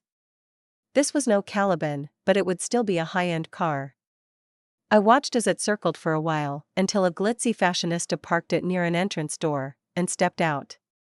The passenger was a well-dressed salesman, and he followed her inside. The moment they were out of sight, a man in cheaper clothes stepped out and got in the car to drive it back inside the dealership. But what I had seen on the information Dino had sent was that the guy came out of another entranceway, not into the main office. After all, the dealership doesn't want some mechanic in coveralls being seen by the high-priced clientele. That was my entrance point. The door he came through was a mechanic room, and most importantly, connected to the back office through a much more private door that I could use to slip past almost all the agents in the dealership, since they'd all be up front dealing with clients. It wasn't long before a rumbling engine came up the parking garage and Rebecca's monster of a Nomad spec Thornton Mackinac came rumbling over and parked itself. I honestly hadn't seen her drive it around much, so I couldn't help but lean sideways to get a view of the driver door when it opened, and the comparatively tiny woman came out of her truck. I couldn't help but laugh as she had to get out in 3 movements, sliding off the seat, onto a footrest on the side of the truck, then hop off again to settle on the ground. Eat shit, strings. I really think that truck is too big for your Becca. Pfft. It's perfect sized. I get to run people over in it, and they die. I couldn't help but nod and give her that one. That was fair. So what's the deal here? See that dealership down there? I asked her, and she looked at the boundary around the parking garage that was a bit above her head. No. I snorted, and she reached out and punched at me, which I let her. My new leotard was still armored, and it wasn't as tight anymore. It didn't hurt. Okay, so dealership? She asked. Rayfield. I need to sneak in and swap out a shard without being seen, or leaving behind any bodies. Rebecca stepped back. Her previous joviality gone in a flash. That sounds tough. Wouldn't it be easier to wait until tonight? You'd think so, but with how busy it is. It's actually easier during the day. I explained to Rebecca as I jerked my head across the way, specifically not pointing. See the track around the dealership? They keep it real private, only one car at a time, since they only have limited customers, but the customers are treated like royalty. Multiple attendants for each one. I noticed it on some of the pictures that Dino sent me. Okay, so everyone is distracted by the prima donnas, so once that happens you sneak in. Exactly. Which is why your help is really nice. I'm sneaky, but not perfect. If I flub it, having some backup for extraction is always nice. I waved around the non-secure parking garage. Okay, Preem. So you need me for Overwatch? And escape. But mostly Overwatch. You'll relay details I need as I make my infiltration. I started explaining that part of the gig, and Rebecca ended up climbing up onto the hood of her truck, sitting back and crossing her legs like she was just chilling, enjoying the view as I explained. I couldn't help but smile at how casual she made it. Rebecca might be the smallest of my chums, but she was older, and it was times like this that it showed. Plus her experience working gigs. Malcolm would be pointing over the edge while I explained things, and I'd have to smack his hand each time to get him to stop pointing. Rebecca understood immediately with just one context clue not to bring any attention. So I finished explaining, and in the end, since Rebecca had very little to do, she just stayed relaxing against the hood of her car, while I headed out. While the easiest way to get to the dealership would be just leaping across and using some street lights to get across the way, there would be too much chance of a commotion if I tried that. So I left the parking garage, and waited the long-ass time for the crosswalk to let me cross, only needing to cuss out one asshole that blew through the light and nearly hit me. Which was pretty good for Night City. Crossing over, I found an entrance to the building through another parking garage, although this one was private. The entrance had a key reader and multiple security devices, including a rather large gate that would keep people not welcome out. I waited for no one to be coming in, and just walked up. This was a Kuroshi security optic keypad. It could be opened through other optics, but Kuroshi of course promised increased viability through their own work. But that also created a weakness in the system. When I poked my eyes in front of it, it sent a data packet to my eye, which I co-opted, quickly altered the access information and sent it back. It then sent back a further confirmation, this time with a code that it thought I was sending to ensure it was correct. Only the code could only send codes that already existed on the database. So I sent another confirmation and the gate opened with a small text message of "Welcome Mr. Luxor" displayed, and I was into the private garage. Okay, easy part done. The interior garage itself had some dangers, security cameras and the like, but it was also already secured from the outside, so thankfully only the one camera that I had to worry about, along my route. Poking my head out from around a concrete pillar, I easily hacked it before it spotted me, and did a quick loop on the recording, the last 10 seconds repeated again. That's all I needed to rush across the garage and into the building's interior hallways. From there it was smooth sailing. Multiple core ran in this building, and there were plenty of reasons a teenager might be heading upwards through the stairs, especially since I was already through part of the security. No issues. I climbed up the stairs, heading to the floor 2 levels above the dealership. Unfortunately, the floor above was another corpo office, and I couldn't get through to that, but the next one up was multiple minor office spaces. It was child's play to walk out of the stair access and down the interior hall space, separating all the different offices. There was a security door that opened for me without issue, and no one inside even saw me as I entered into some sort of call center office. I walked right through, only ducking a little to be below the cubicles set up, and reaching the exterior door. The office had a nice little outside space that ran around the building, and now I was out. I walked around, acting like I was supposed to be out here. Since it ran around the entire building, all the offices on this level had access, so none of them would be able to tell I wasn't supposed to be here. Humming a bit of something or another, I walked around until I found the spot I needed to be at. Right across from me was Rebecca, who secretly waved for a moment at me. And so I settled in to wait. Rebecca, go. I moved without hesitation, leaping over the side of the edge, my chrome fingers grabbing onto the side of the concrete barrier between a set of windows, slowing me just a little as I slipped down, and then there was a drop. I could just see the car that was being test-driven turn out of sight as I fell. While there were cameras overlooking the track, it wasn't perfect coverage. I fell right in a blind spot, grunting even with all my talent towards taking a fall as I hit the ground, spreading the impact as best I could as I rolled forward, bleeding the momentum in a different way. Then I ran right towards the side door that the mechanics used to bring the car back in. I had about 20 seconds or less to get in.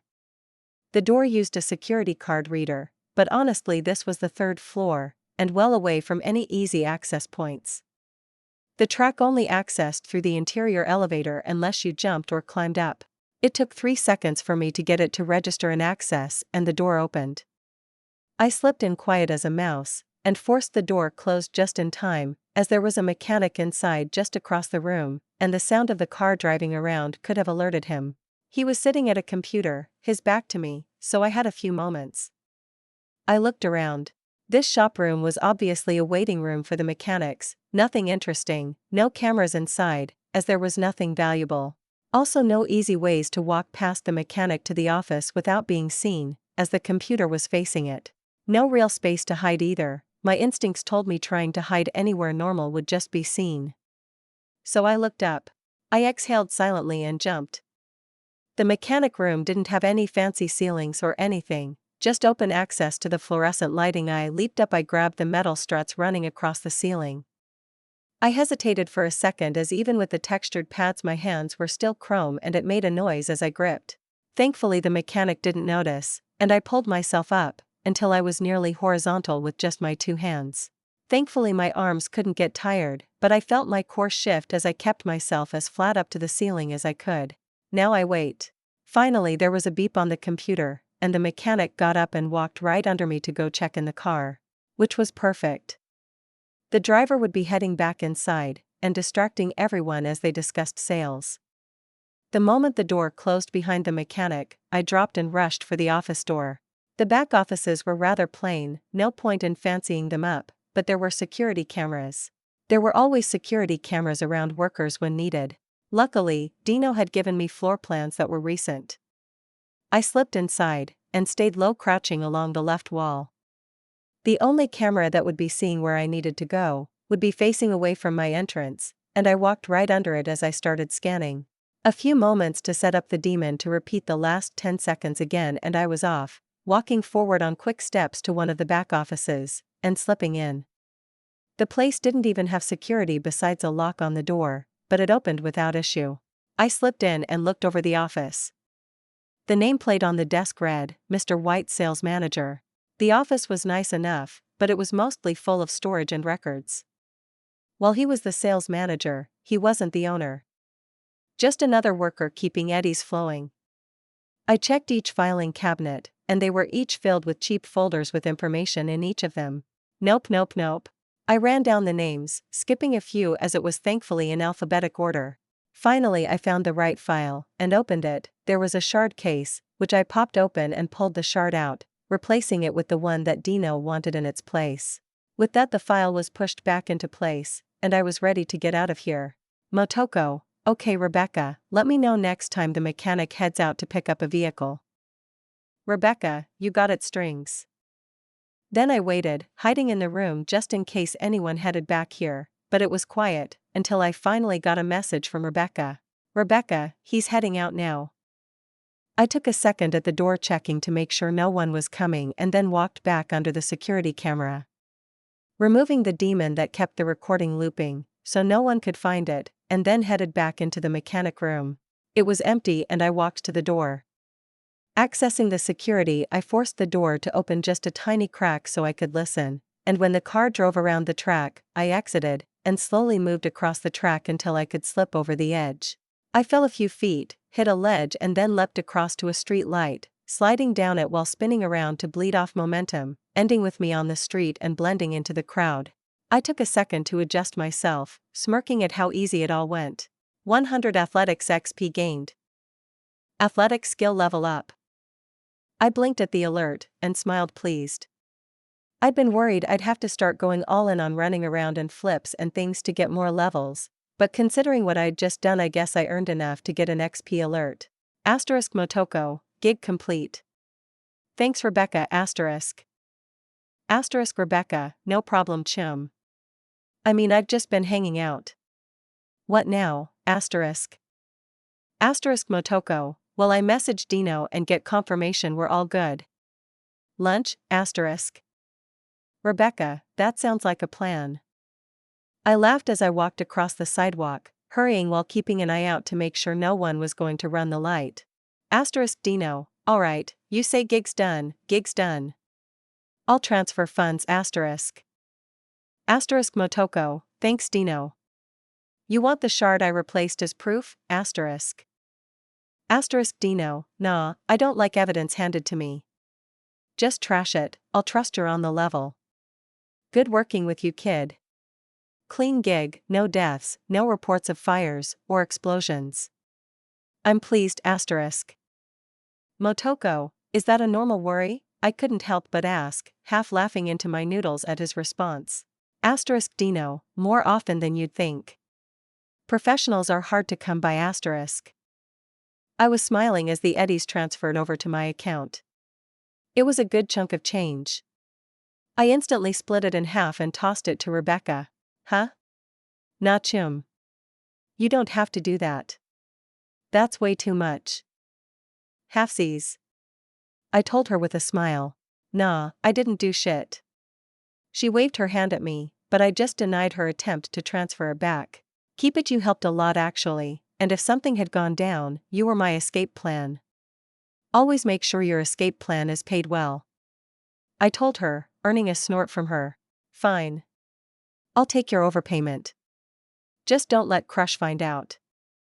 Yeah duh. Hiromi still bugs me about overpaying on gigs. I rolled my eyes and Rebecca laughed. That's 'cause you do. Nope. I pay what my chums are worth, as much as I can anyways. I'm not a billionaire.